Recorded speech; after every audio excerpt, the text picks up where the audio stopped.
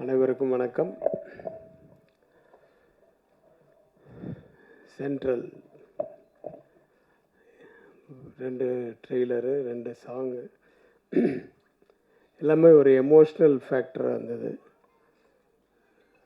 ஜாலியான சீன்ஸுன்னு பார்த்தீங்கன்னா, அவங்க சைக்கிளில் போகிற அந்த ஒரு சீன் தான் சொல்ல முடியும்னு நினைக்கிறேன்.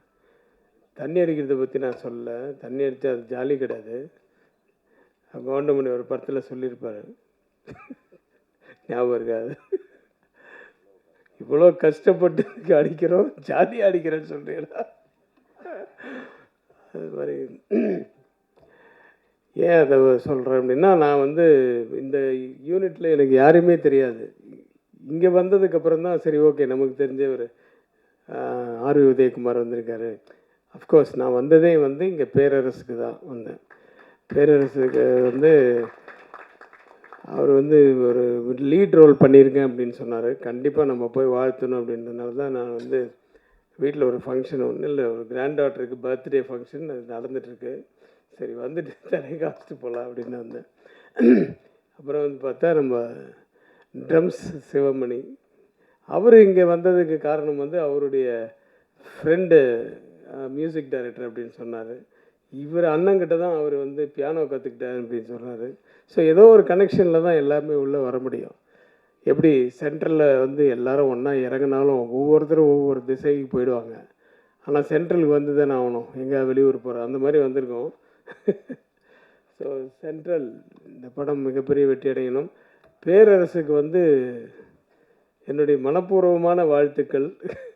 ஏன்னா அவர் அவருடைய படங்கள் நிறைய பேசிச்சு. விஜயோட படங்கள்லாம் நம்ம டைரக்ஷனில் ஒரு நல்ல துள்ளலாக பண்ணியிருந்தார். ஆனால் ஒரு நடிகராக அவர் இந்த படத்தில் லீட் ரோல் பண்ணியிருக்காரு. அஃப்கோர்ஸ் அவருடைய படத்துலேயே அவர் நான் பண்ணுற மாதிரி இந்த கேமியோ ரோல்லாம் பண்ணுவார். ஆனால் தனியாக வெளிப்படங்களில் அவர் நடித்தது தான் நினைக்கிறேன் ஃபஸ்ட்டு அதுவும் லீட் ரோலில் பண்ணியிருக்காருன்னு சொன்னார். லீட் ரோலோ மெயின் ரோலோ, பட் சென்ட்ரலில் அந்த சென்டராக இருக்கீங்கன்னு நினைக்கிறேன். அந்த வில்லனிசம் அது அவருடைய பார்வையிலையும் நடையிலையும் அந்த லுங்கியை மடித்து கட்டுறதுலையும் எல்லாத்துலேயுமே காமிச்சிருக்கீங்க. நடிப்புலேயும் படம் பார்த்தா தெரியும், இதிலே தெரியுது, ட்ரெய்லர்லேயே எமோஷ்னலான சீன்ஸ் தான் இருக்குது த்ரூ அவுட் த சாங். இது அவர்கிட்ட கேட்டேன், மியூசிக் டைரக்டர்கிட்ட, எத்தனை சாங்னு கேட்டேன். 4.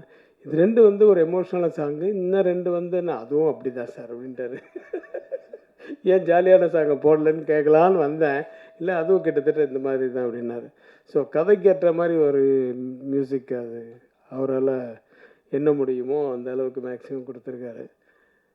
அவருக்கு என்னுடைய வாழ்த்துக்கள். பாடல்கள் மட்டுமல்ல, படமும் மிகப்பெரிய வெற்றி அடைய வேண்டும். பேரரசு ஆட்சி செய்யுங்கள். சினிமாவில் நடிப்பில் இப்பொழுது டைரக்ஷன் அப்பப்போ மறந்துடாதீங்க அதுவும். Thank you very much. All the best for the whole team. Thank you very much. இந்த படத்தில் குழந்தை நட்சத்திரமாக நடித்தவர் தான் இந்த படத்தில் ஹீரோன்னு சொன்னாங்கன்னா அவரை பற்றி பேசணும்னு நினச்சேன். அதுக்கப்புறம் பேரரசு எப்படி எல்லாரும் இங்கே யூனியனில் இருக்கிறவங்க வந்திருக்காங்கல்ல, அவங்கள பார்த்தவொன்னே தான் ஞாபகம் வருது. பேரரசு ஆஸ் எ டைரக்டர் மக்களை கவர்ந்துருக்கிறாரு. இப்போ நடிப்பில் கவர போகிறாரு. அப்படிங்கிறத விட அவர் ஒரு மனிதநேயம் மிக்க ஒரு ஒரு மனிதர், நல்ல மனிதர். அதுதான் எல்லாரையும் இங்கே கவர்ந்து இழுக்கும். இந்த படத்தில் மட்டும் இல்லை, ஒரு யூனியனில் போனால் நான் பல வருஷமாக பார்த்துட்ருக்கேன். அதுவும் இந்த கோவிட் பீரியட்லலாம் அவர் இப்போ உழைத்த உழைப்பு, தன் உயிரை பற்றி கூட கவலைப்படாமல், யாருமே இல்லை ரோட்லன்னா கூட இவர் மட்டும் ஒரு 4 பேரை கூப்பிட்டு அவங்களுக்கு சாப்பாடு கொடுக்குறது, அது கொடுக்குறது, இந்த மாதிரி நிறைய இது அவர் பண்ணியிருக்காரு. இதெல்லாம் நான் கேள்விப்பட்டது, ஸ்டில்ஸ் எல்லாம் பார்த்தது. அது இல்லாமல் இப்போ மிகப்பெரிய பணியை செஞ்சிட்ருக்காரு நம்ம உதயகுமார் சாரோடு சேர்ந்து. அதுக்கும் என்னுடைய வாழ்த்துக்கள். அதுவும் மீண்டும் தொடரட்டும். நன்றி. தேங்க்யூ. தேங்க்ஸ். இந்த விழாவிற்கு வந்திருக்கும் பத்திரிகை துறை நண்பர்களுக்கும் ஊடகத்துறை நண்பர்களுக்கும் மற்றும் திரையுலக ஜாம்பவான்கள் அனைவருக்கும் என்னுடைய முதற்கண் வணக்கத்தை தெரிவித்துக் கொள்கிறேன். இந்த படம் சென்ட்ரலை மையமாக வச்சு தான் எடுக்கப்பட்ட படம். ஏன்னா எல்லாருமே சென்ட்ரலில் தான், சென்னைக்கு ஒரு அட்ரஸ்னால் ஃபஸ்ட்டு சென்ட்ரல் தான். சென்ட்ரலில் இறங்கி தான் எல்லாருமே அவங்கவுங்க சார் சொன்ன மாதிரி எல்லோரும் அவங்க வேலையை பார்க்குறதுக்கு ஒவ்வொரு ஏரியா நோக்கி போவாங்க. ஸோ நாங்களும் இந்த சென்ட்ரலில் ஒன்றா இணைஞ்சிருக்கோம். இந்த சென்ட்ரலில் முக்கியமாக சொல்ல போகும்போது பேரரசு சார் பெரிய ரோல் பண்ணியிருக்காங்க. ரொம்ப உங்களுக்கு படம் பார்க்கும்போது தெரியும். நிறைய நான் லேர்ன் பண்ண சார்ட்ட இருந்து. சாரோட படங்கள்லாம் பார்க்கும்போது எல்லா பெரிய ஆர்டிஸ்ட்டையும் வச்சு சார் டைரக்ட் பண்ணிட்டாங்க. அப்போல்லாம் நான் அசிஸ்டன்ட் கேமராமேனாக ஒர்க் பண்ணிகிட்டு இருந்தேன். இப்போது இந்த படத்தில் சார் சில ஷார்ட் சொல்லி நான் எடுக்கும்போது ரொம்ப சந்தோஷமாக இருந்துச்சு எனக்கு. ஏன்னா சாரோட டைரக்ஷனுடைய இன்புட்ஸ் நிறையா கொடுத்தாங்க. நிறையா லேர்ன் பண்ணேன் அந்த படத்தில். அவங்கக்கிட்ட தேங்க்யூ சார். அப்புறம் எங்கள் ப்ரொடியூசர்ஸ் பற்றி சொல்லணும். குமரகுரு சார், தேவராஜ் சார், பாரதி சிவலிங்கம் ஐயா ரொம்ப கடினமான உழைப்பாளிங்க. இந்த படத்துக்கு நாங்கள் கேட்ட லொக்கேஷன்ஸ் எல்லாத்தையுமே அவங்க கரெக்டாக கொடுத்தாங்க. கேமரா, அப்புறம் ட்ரோன் எல்லாமே எங்களுக்கு கொடுத்தாங்க. ரொம்ப தேங்க்யூ சார். இந்த படம் கண்டிப்பாக பெரிய வெற்றி படமாக அமையணும். அடுத்தடுத்து நீங்கள் நிறைய படம் பண்ணணும், பெரிய படங்கள் பண்ணணும்னு நான் இறைவனை வேண்டிக்கிறேன். அடுத்ததாக எங்கள் ஹீரோ விக்னேஷ் பற்றி சொல்லியே ஆகணும். நல்ல கடினமான உழைப்பாளி. நிறைய சப்போர்ட் பண்ணார் எங்களுக்கு ஷூட்டிங்கில்.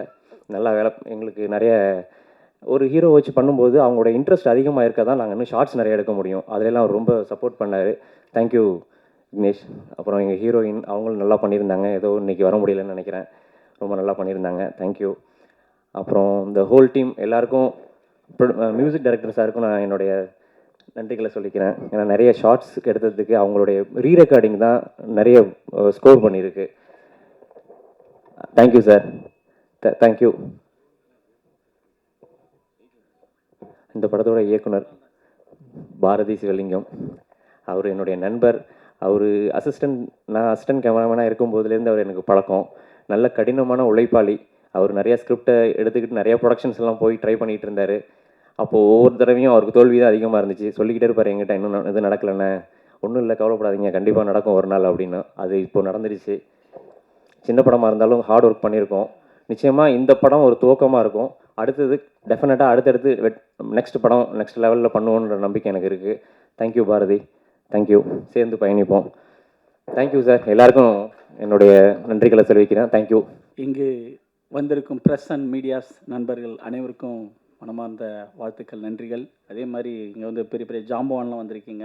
திரையுலக ஜாம்பவான் கேஎஸ் ரவிக்குமார் சார் கையால் இந்த இசைத்தட்டு வெளியிடுறது வந்து ரொம்ப பெருமையாக நினைக்கிறோம். ஏன்னா இந்த மாதிரி படங்களுக்கு வந்து சாரோட சப்போர்ட்லாம் வந்து பெரிய பலம். ஸோ பேரரசு சார் இதில் மெயினாக இருக்கார். ஸோ ஆர்விதகுமார் சார்லாம் வந்திருக்காங்க. ஸோ எல்லாருக்குமே வந்து எனக்கு மனமார்ந்த வாழ்த்துக்கள் சார். சென்ட்ரல் படம் ரங்கநாதன் மூவி மேக்கர்ஸ் வந்து சூப்பராக குமரகுரு சார், சிவலிங்கம் சார், தேவராஜ் சார் 3 பேரும் தயாரிப்பாளர்களாக இருந்து சூப்பராக அந்த படத்தை மேக் பண்ணியிருக்காங்க சார். இதை பாரதி சிவலிங்கம் வந்து அருமையாக டைரக்ட் பண்ணியிருக்காரு. இவரை பற்றி ஒரு சின்ன விஷயம் சொல்லணுமா? ஒரு 7 இயர்ஸ் பேக் வந்து அப்போயே ஒரு ஸ்கிரிப்ட் ரெடி பண்ணிவிட்டு ஊர் கூப்பிட்டாருங்க. ஜெயங்கொண்டம் அவர் ஊர் தாண்டி முத்துவாஞ்சேரி கிராமம். ஸோ அங்கே வந்து பூஜை போட்டு ஆரம்பித்தார். ஸோ போனோம் நாங்கள்லாம் அங்கே. அப்போ இருந்த அவரோட ஆர்வம் அது அப்படியே அசிஸ்டன்ட் டைரக்டராக சில படங்கள்லாம் பண்ணி சேனல்ஸில் ஒர்க் பண்ணி ஸோ எக்ஸ்பீரியன்ஸ் கெயின் பண்ணி ஒரு நல்ல தயாரிப்பாளர்கள் 3 பேர் கிடச்சி இந்த படத்தை அருமையாக இயக்கியிருக்காரு. ஸோ நல்லா வந்திருக்குங்க. மியூசிக் டைரக்டர் வந்து எக்ஸ்ட்ரானரியாக போட்டிருக்காரு music. Sir super sir, song extraordinary நல்லா பண்ணியிருக்கீங்க, நன்றி. அதே மாதிரி cameraman Vinod sir super sir, DOP நல்லா பண்ணியிருக்கீங்க. இந்த படத்தில் ஒரு தொழிலாளர்கள் அடிமைப்படுத்தப்பட்டு எப்படி வந்து வாழ்க்கையில் கஷ்டப்படுறாங்க. சென்ட்ரலில் வந்து கிட்டத்தட்ட ஒரு 10,000 பேர் வராங்கனாக்கா இதில் ஒரு 9,000 பேருக்கு மேலே வேலையை தேடி தான் வராங்க சென்னையை நோக்கி. ஸோ மீதி 1000 பேரோ 500 பேரோ இந்த சுற்றுலா பீச்சு பார்க்கு இந்த மாதிரி விஷயங்கள்லாம் பார்த்துட்டு போவாங்க. சமாதி எம்ஜிஆர் சமாதிலாம். ஸோ இந்த படம் ஒரு மிக சிறந்த ஒரு அருமையான கருத்தை சொல்லக்கூடிய ஒரு படம். இந்த படத்தை எல்லாரும் பாருங்கள், தேட்டரில் பார்த்து ஆதரவு தாங்க. ஸோ எல்லாருக்குமே இந்த என்டையர் டீமுக்கு வந்து நான் மனமார்ந்த வாழ்த்துக்களை தெரிவிக்கிறேன். பாரதி ரொம்ப நன்றி இந்த வாய்ப்பு கொடுத்ததுக்கு. எனக்கு ஒரு நல்ல ஒரு கேரக்டர் கொடுத்தாப்புல, பவர்ஃபுல் கேரக்டரு. ஸோ மனமார்ந்த வாழ்த்துக்கள் சார் எல்லாருக்கும். ஸோ பேரரசு சார் பற்றி சொல்லணும். நான் என்னை வந்து சார் வந்து ஸ்பாட்டில் நிறைய ஒர்க் வாங்கினார். சொல்லுவேன் சார், நான் திருப்பாச்சி, சிவகாசி இதெல்லாம் எல்லா படமும் உங்கள் வாய்ப்பு தேடி வந்திருக்கேன் சார், பண்ண முடியல. இந்த படத்தில் வந்து நீங்கள் சொல்லி நான் நடித்தது ரொம்ப சந்தோஷமாக இருக்குது சார். அருமையாக பண்ணியிருக்காரு, எக்ஸ்ட்ரானரியாக பண்ணியிருக்காருங்க, சும்மா பிரம்மாண்டம். இது வரைக்கும் சார் அந்த மாதிரி பார்த்ததே இல்லை. அவ்வளோ பவர்ஃபுல் கேரக்டரு.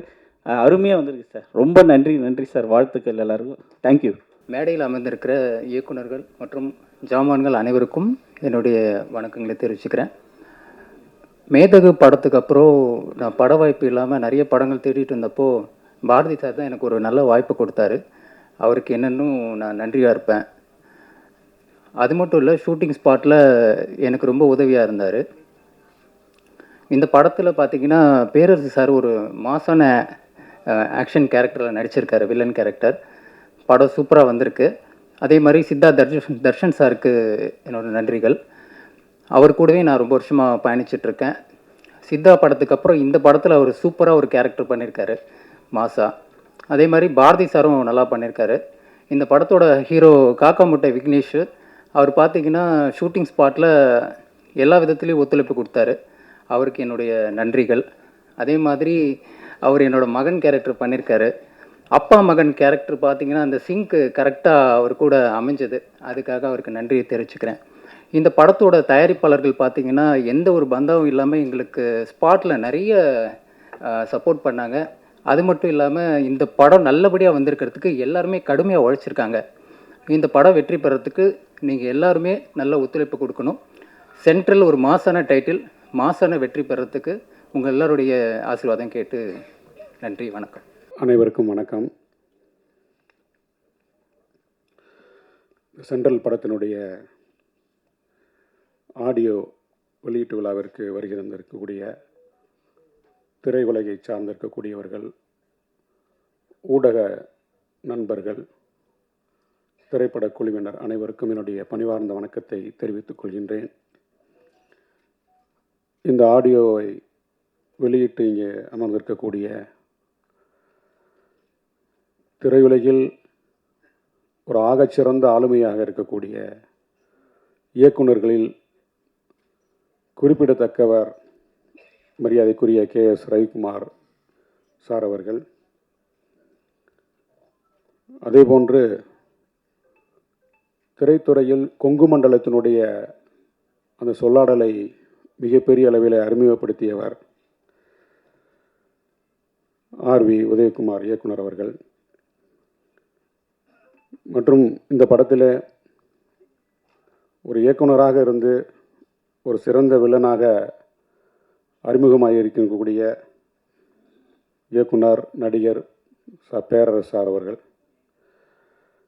இந்த படத்தினுடைய போஸ்டர் முதலில் வெளியிட்டவர் விடுதலை சிறுத்தைகள் கட்சியின் தலைவர் எழுச்சி தமிழர் முனைவர் தொல் திருமாவளவன் அவர்கள். தம்பி பாரதி, இயக்குனர் பாரதி சிவலிங்கம் அவர்கள் போஸ்டர் தலைவர் வெளியிட்டு வாழ்த்தினார்னா படம் வெற்றி அடையிறதுக்கு ஒரு வாய்ப்பு இருக்குது, சந்திக்க வைங்க அப்படின்னாரு. தலைவரை சந்திக்க வச்சோம். இந்த சென்ட்ரல் அப்படின்ற இந்த தலைப்பை வச்சு ஒரு 3/4 மணி நேரம் பேசினார். தலைவர் எழுச்சி தமிழர் அவர்கள் எந்த தலைப்பிலையும் பேசக்கூடிய ஒரு ஆற்றல் வாய்ந்தவர் என்பது உங்களுக்கு நன்றாக தெரியும். அவர் ஒரு கிராமத்திலிருந்து சென்னைக்கு வந்தபோது சென்ட்ரலில் தான் இறங்கியிருக்காரு படிப்புக்காக. அந்த சென்ட்ரல் பகுதியிலேயே நீண்ட நாட்கள் தங்கியிருந்திருக்கிறாரு. இப்போ இந்த சென்ட்ரல் என்கின்ற அந்த இடத்திற்கு யாரெல்லாம் வருவார்கள், என்னவெல்லாம் செய்வார்கள் அப்படின்றத ஒரு 40 நிமிஷத்துக்கு மேலே விளக்கி பேசினார். இந்தியாவில் சென்னை ஒரு முக்கியமான ஒரு மெட்ரோபாலிட்டன் சிட்டி. இன்றைக்கு வட இந்திய தொழிலாளர்களும் சென்னைக்கு வந்துட்டுருக்காங்க. அப்படிப்பட்ட தமிழ்நாட்டின் ஒரு மையப்பகுதியாக இருக்கக்கூடிய சென்னை தலைநகரில் முக்கியமான இடமாக இருக்கக்கூடிய அந்த சென்ட்ரல் என்கின்ற தலைப்பை ஏன் வச்சாங்கன்னு கேட்டார் அந்த மேடையிலேயே. அதுக்கப்புறம் கதையை சொன்ன பிறகு அவர் கன்வின்ஸ் ஆகி இந்த சென்ட்ரல் அப்படின்ற தலைப்பை பற்றி ஒரு 40 நிமிஷம் பேசினாங்க. தம்பி நான் நடிகர் இல்லை, ஆனால் இந்த படத்தில் நடிக்க வச்சுட்டார் என்னைய, கட்டாயப்படுத்தி நீங்கள் படத்தில் தலையை காட்டுங்க அப்படின்னு. ஒரு 7 நாட்கள் தான் என்னால் ஒதுக்க முடிஞ்சது. ஏன்னா நான் அரசியல் பின்புலம் இல்லாமல் தொடர்ந்து தலைவர் கூடயே பயணிக்கக்கூடியவன். கட்டாயப்படுத்தி வந்தே ஆகணும்னு சொல்லிட்டு அந்த வாய்ப்பை கொடுத்தாரு. அதுலேயும் பேரரசு சார் கூட நடிக்கிறது பெரிய, அவர் பார்த்த உடனே ஒரு பயமாயிடுச்சு. ஏன்னா எவ்வளோ பெரிய இயக்குனர், அவர் நேருக்கு நேராக சந்திக்கிறோம். இந்த படத்தில் நிறைய கரெக்ஷன் கொடுத்துருக்காரு பேரரசு சார். உண்மையிலே இந்த படத்துக்கு அவர் பெரிய கிஃப்ட்டு. அதெல்லாம் பாராட்டக்கூடிய. அது தம்பி பாரதி சிவலிங்கலுக்கு அது அமைஞ்சிருக்கு. இந்த ப படங் இந்த பாடல்லாம் பார்த்தீங்கன்னா, ஒரு விளிம்புநிலை மக்களுடைய கண்ணீரை ஒரு காட்சிப்படுத்தும்போது அதற்கேற்ற ஒரு இசையாக இசையமைப்பாளர் இலா அவர்கள் இந்த இசை பாடல் 2 பாடலை உருவாக்கியிருக்காங்க. இன்றைக்கு இருக்கக்கூடிய சமூக அவலங்களை ஒரு காட்சிப்படுத்தப்பட்டு அதற்கு வந்து ஒரு உயிரோட்டமான ஒரு இசையை கொடுத்த திரு இலா சார் அவர்களுக்கும் என்னுடைய நன்றியை தெரிவித்துக் கொள்கின்றேன். முழுக்க முழுக்க படம் தொடங்குறதுலேருந்து முடிகிற வரைக்குமே ஒரு சாருக்கு KS ரவிக்குமார் சார் அவர்கள் சொன்னது போல் ஒரு எமோஷ்னலான ஒரு படம் தான். ஒரு வழிகளை சுமந்து இருக்கக்கூடிய ஒரு படமாக தான் அந்த கிளைமாக்ஸ்லேயும் படம் அப்படி தான் முடியுது. இன்றைக்கு காலத்திற்கு தேவையான ஒரு கதையை வந்து அவர் சொல்கிறனால அது படம் மிகப்பெரிய வெற்றி அடையும். இந்த படத்தை அரும்பாடுபட்டு தயாரிக்கக்கூடிய தயாரிப்பாளர்கள் அவங்களாம் பெரிய பணக்காரங்க கிடையாது. எங்கிட்ட ஒரு பணத்தை பரட்டினாங்க வட்டிக்கு வாங்கிட்டு வந்திருக்காங்க. தயாரிப்பாளர்கள் வந்து தேவராஜ், குமரகுரு, சிவலிங்கம் ஆகியோருக்கு என்னுடைய நெஞ்சார்ந்த நன்றியை தெரிவித்து கொண்டு கண்டிப்பாக அந்த படம் வெற்றி அடையும். அவங்களுக்கு நிறைய பட வாய்ப்புகள் செய்யக்கூடிய ஒரு வாய்ப்பு அமையும் என்று இந்த நேரத்தில் தெரிவித்துக் கொள்கிறேன். தம்பி புவன் எனக்கு ரொம்ப நாளாக தெரியும், PRO, அவருக்கு என்னுடைய வாழ்த்துக்கள். தம்பி மேனேஜர் ஆனந்த் அவர்களுக்கு வாழ்த்துக்கள். இந்த படத்தில் வந்து உதவி இயக்குனராக பணியாற்றிய கண்ணன் அவர்களும் படத்துக்கு பெரிய அளவில் உறுதுணையாக இருந்தார். அவருக்கு என்னுடைய வாழ்த்துக்களை தெரிவித்துக் கொள்கின்றேன். சித்தார்த் தர்ஷன் அவர் வந்து ஸ்பாட்டில் வந்து ஒரு படத்தில் பார்த்து பயந்துட்டோம். ஆனால் நேராக பார்க்கும்போது ஒரு குழந்தையாட்டம் அவர் இருக்கிறார். அவர் அது மாதிரி காக்கா முட்டை தம்பி விக்னேஷ் ஒரு படத்தோட கதாநாயகன் அப்படின்ற அந்த இது இல்லாமல் ரொம்ப எளிமையாக ஃப்ரெண்ட்லியாக எல்லார்ட்டையும் பழகினார். அவருக்கு என்னுடைய நேரத்தில் வாழ்த்துக்கள்.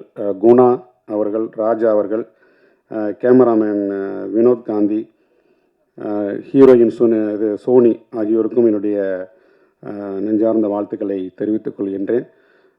படம் எதிர்பார்த்த அளவிற்கு அந்த இடத்துல நான் சினிமா அனுபவம் கிடையாது, ஆனால் நம்மளால் புரிஞ்சுக்கிற முடியும். ஷூட்டிங் கூட நான் பார்த்தது கிடையாது. ஆனால் ஸ்பாட்டுக்கு போகும்போது எப்படி எடுக்கிறாங்க, இது அந்த ஸ்பாட்லேயே திருத்துறாங்க, கதையெல்லாம் மாற்றுறாங்க, காட்சியை மாற்றும்போது தான் தெரிஞ்சது இவ்வளோ ரிஸ்க்கு. சினிமான்றது நம்ம தேட்டரில் உட்காந்து படம் பார்த்துட்டு ஈஸியாக குறை சொல்லிட்டு போயிடுறோம். ஆனால் ஸ்பாட்டுக்கு போனால் தெரியுது எவ்வளோ கஷ்டம். அதில் உண்மைக்கே இயக்குநர்கள்லாம் வந்து அவங்க ஒரு படம் இயக்கி வெளியிடுறது, ஒரு தாய் வந்து குழந்தைய வந்து சுமந்து 10 மாதம் சுமந்து பிரசவிக்கும் போது என்ன வலி இருக்கிறதோ அந்த வலி தான் இயக்குநர்களுக்கு இருக்கும் அப்படின்றத அந்த ஷூட்டிங் ஸ்பாட்டு போன பிறகுதான் தெரியுது. இனிமேல் எந்த படத்தையும் வந்து விமர்சனமே பண்ணக்கூடாது, நல்லா இல்லைன்னு சொல்லக்கூடாது.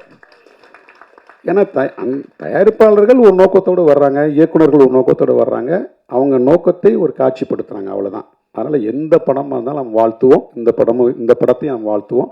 வெற்றி அடைவதற்கு என்னோட நெஞ்சார்ந்த வாழ்த்துக்கள். நன்றி, வணக்கம். என்னை பெற்றெடுத்த அன்னைக்கும் என்னை தத்தெடுத்த சென்னைக்கும் என் முதல் வணக்கம்.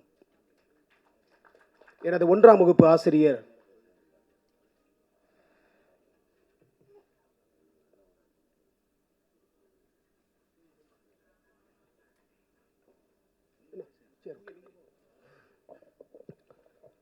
எனது 1ஆம் வகுப்பு ஆசிரியை திருமதி சரோஜினி அவர்களையும், எனது 2ஆம் வகுப்பு ஆசிரியர் திரு துரைராஜ் அவர்களையும், எனது 3ஆம் வகுப்பு ஆசிரியை கிறிஸ்டினா அவர்களையும், எனது 4ஆம் வகுப்பு ஆசிரியர் திரு நல்லதம்பி ஞானக்கன் அவர்களையும், எனது 5ஆம் வகுப்பு ஆசிரியர் திரு சச்சிதானந்தம் அவர்களையும், எனது 6ஆம் வகுப்பு ஆசிரியர் திரு அமல்ராஜ் அவர்களையும், எனது 7ஆம் வகுப்பு ஆசிரியை வெள்ளத்தாய் செரீன் அவர்களையும், எனது 8ஆம் வகுப்பு ஆசிரியை வசந்தி அவர்களையும், எனது 9ஆம் வகுப்பு ஆசிரியை திருமதி நவநீதம் அம்மா அவர்களையும், எனது 10ஆம் வகுப்பு ஆசிரியை சூரியகுமாரி அவர்களையும் கஸ்தூரிபாய் அவர்களையும், எனது 11ஆம் வகுப்பு 12ஆம் வகுப்பு ஆசிரியர்களான திரு ஞானராஜன், பிரைட் இன்பராஜ், செல்வினால், யாழினி, சத்தியசீலன் உள்ளிட்ட அத்துணை ஆசிரியர் பெருமக்களையும் நான் இந்த நேரத்திலே நினைவு கூறுகிறேன். காரணம், வாத்தியார்கள் என்றால் பாடம் மட்டும் எடுப்பார்கள், ஆனால் இங்கு 3 வாத்தியார்கள் படமே எடுத்திருக்கிறார்கள். ஆகவேதான் என்னுடைய ஆசிரியர்களை நான் நினைவு கூற கடமைப்பட்டிருக்கிறேன்.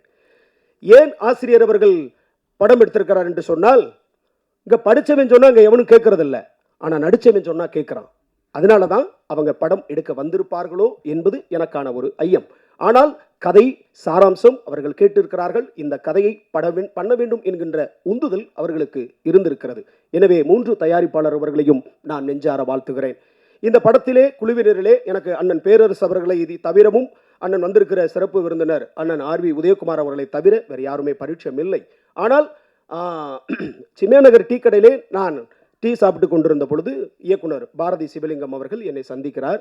என்னை வந்து கேட்குறாரு, நீங்கள் நடிகர் அப்படின்னு கேட்டார். இல்லைங்க, நான் பேசிக்கலி டைரக்ஷன் டிபார்ட்மெண்ட் அப்படின்னேன். இல்லை, நாங்கள் ஒரு படம் பண்ணுறோம், அந்த படம் வந்து ஒரு ஷெட்யூல் முடிஞ்சிருச்சு, இன்னொரு ஷெட்யூல் வந்து இங்கே மெட்ராஸில் ஃபேக்ட்ரியில் எடுக்க போகிறோம் அப்படின்னு சொல்லும் பொழுது சரிங்கன்னு சொல்லிட்டு நம்மளும் அசிஸ்டன்ட் டைரக்டராக 3 ஷார்ட் ஃபிலிம் பண்ணியிருக்கோம். அண்ணன் ஆர்வி உதயகுமார் கையிலலாம் நான் அவார்டு வாங்கியிருக்கேன் கோயம்புத்தூரில். ஸோ அந்த லைன் கேட்டேன், இந்த மாதிரி ஒரு போராளியான ஒரு குணம் அப்படின்னு சொன்னாங்க. சரி, ரைட், ஓகே பண்ணுவோம் அப்படின்னு சொன்னேன். அப்போ தம்பி கேட்டார், இந்த லீட் ரோலை பண்ணுற வைகுண்டம் அப்படின்ற கதாபாத்திரத்துக்கு நீங்கள் யாரை ஃபிக்ஸ் பண்ணியிருக்கீங்க அப்படின்னு கேட்டேன். ஐயோ, அவரை தான் நான் தேடிக்கிட்டு இருக்கோம். உங்களுக்கு தெரிஞ்ச நோன் ஃபிகர், அதாவது முகம் தெரிந்த ஒரு நபர்னா எனக்கு டக்குன்னு இமீடியட்டாக தோணுது அண்ணன் பேரரசு அப்படின்னு. ஐயோ ஓகே அப்படின்னு லட்டு மாதிரி எனக்கு ஓகே அப்படின்னு சொன்னார். சம்பளம் அதை நான் பார்த்துக்கிறேன், நீ விடு அப்படின்னு சொல்லிட்டு அண்ணனுக்கு ஒரு ஃபோன் அடித்து இந்த மாதிரி ஒரு தம்பியை சந்தித்தேன் அப்படின்னு அலுவலகத்துக்கு வர சொன்னாங்க. இயக்குனர் அலுவலகத்துக்கு வந்து கதை கேட்டார். ஒரு அவுட்லைனை மட்டும்தான் பாரதி சொன்னார். சொல்லும் போது பேரரசு அவர்கள் திருப்பாச்சி, சிவகாசி, திருப்பதி, திருவண்ணாமலை, தருமபுரி, பழனி இப்படி படப்படங்களை பல முன்னணி இயக்குநர்களை வைத்து இயக்கி வெற்றியும் கொடுத்து அந்த படத்தை அத்துணை பாடல்களையும் சூப்பர் ஹிட் ஆக்கிய ஒரு ஒரு ஒரு பேர் அரசன். அவர் ஒரு வார்த்தை சொன்னார், நுட்பமாக கவனிங்க. இந்த கதையில் மாணவர்களை அடிக்கிற மாதிரியோ அல்லது சாதியை பற்றியோ தழுவல் இருந்துச்சுன்னா இந்த படம் எனக்கு வேணாம் அப்படின்னு சொன்னார். மாணவர்கள் மீது அவருக்கு இருக்கக்கூடிய அந்த அக்கறை, அந்த வெளிப்பாடு தான் இந்த படத்தில் ஒரு முக்கியமான ஒரு வலுவான வைகுண்டம் கேரக்டர். இனிமேல் அவர் வந்து படம் இயக்குறாரோ இல்லையோ, ஆனால் நிச்சயமாக பல படங்களில் நடிப்பார். அவருக்கு நான் தான் மேனேஜரு, எனக்கு என்ன பர்சன்டேஜ் வரணுமோ அதை அவர் எனக்கு அப்படி கொடுத்துடணும். ஏன்னா அது வந்து தொழில் வேற, நட்பு வேற. அண்ணா அதெல்லாம் இல்லை ஒரு நிமிஷம் இருங்க, நான் பார்த்துக்கிறேன். இந்த மாதிரி இந்த கதைக்குள்ளே அப்படித்தான் நான் வந்தேன். அதே மாதிரி தான் இயக்குனர் பேரரசனை வந்தார். நிறைய விஷயங்களை மாற்றி கொடுத்தாரு, நிறைய ஷார்ட்ஸ் சொன்னார், நிறைய டைலாகை சேஞ்ச் பண்ணார். அவருடைய காஸ்டியூமு, அவருடைய லுக்கு, அந்த மாடுலேஷன் அதெல்லாம் பார்த்தீங்கன்னா அதாவது நம்மளை சொல்லக்கூடாது. நீங்கள் படம் பாருங்கள். படம் பார்க்கும் பொழுது இப்படி ஒரு பேரரசை வந்து இப்படி ஒரு தம்பி இயக்கியிருக்கிறார். அது மாதிரி பாரதி வந்து கதை, திரைக்கதை, வசனம், இயக்கம், பாடல்கள், நடிப்பு, முதல் படத்திலேயே இத்தனை துறைகளையும் கையாளு என்பது அவ்வளவு எளிதான ஒரு விஷயம் அல்ல. அதற்கே தம்பி பாரதிக்கு என்னுடைய நெஞ்சம் நிறைந்த வாழ்த்துக்களை நான் உரித்தாக்கிக் கொள்கிறேன். இதெல்லாம் யாருக்குமே கிடைக்காது. முதல் படத்தில் வந்து எல்லா துறைகளும் கிட்டத்தட்ட ஒரு 6 துறை எடுத்திருக்கிறாரு. ஒரு மனுஷன் வந்து விரல்களால் இசை மீட்டலாம், ட்ரம்ஸில் இசை மீட்டலாம், அல்லது தபேலாவில் வாசிக்கலாம். இப்போ நாளாக கூட ஆரம்ப காலங்களில் பழக்குரல் பண்ணும்போது வாயிலே மியூசிக் வந்து போட்டு நான் ராஜா சார், கங்கைபரன் சார் முன்னாடியே கூட நிகழ்ச்சியெல்லாம் பண்ணியிருக்கேன். ஆனால் ட்ரம்ஸ் சிவமணி அவர்களால் மட்டும்தான் தனது சுவாசத்தில் கூட ஒரு இசையை இந்த சமூகத்துக்கு தர முடியும் அப்படின்னு சொன்னால் அண்ணன் ட்ரம்ஸ் சிவமணியன். அவரை பார்த்து தான் நான் வந்து அந்த எட்டுப்பட்டி ராசாலில் வந்து அந்த பஞ்சு மிட்டாய் சேலகட்டின்னு ஒரு பாட்டு இருக்கும். அதில் வந்து அந்த ஒரு பிஜிஎம் வரும். எனக்கு வந்து இப்போ நான் இதெல்லாம் பேசணும்னு வரல, ட்ரம்ஸ் சிவமணியன் நான் பார்த்தோன்னே அதில் வந்து ஒரு மியூசிக் இருக்கும் பாருங்க.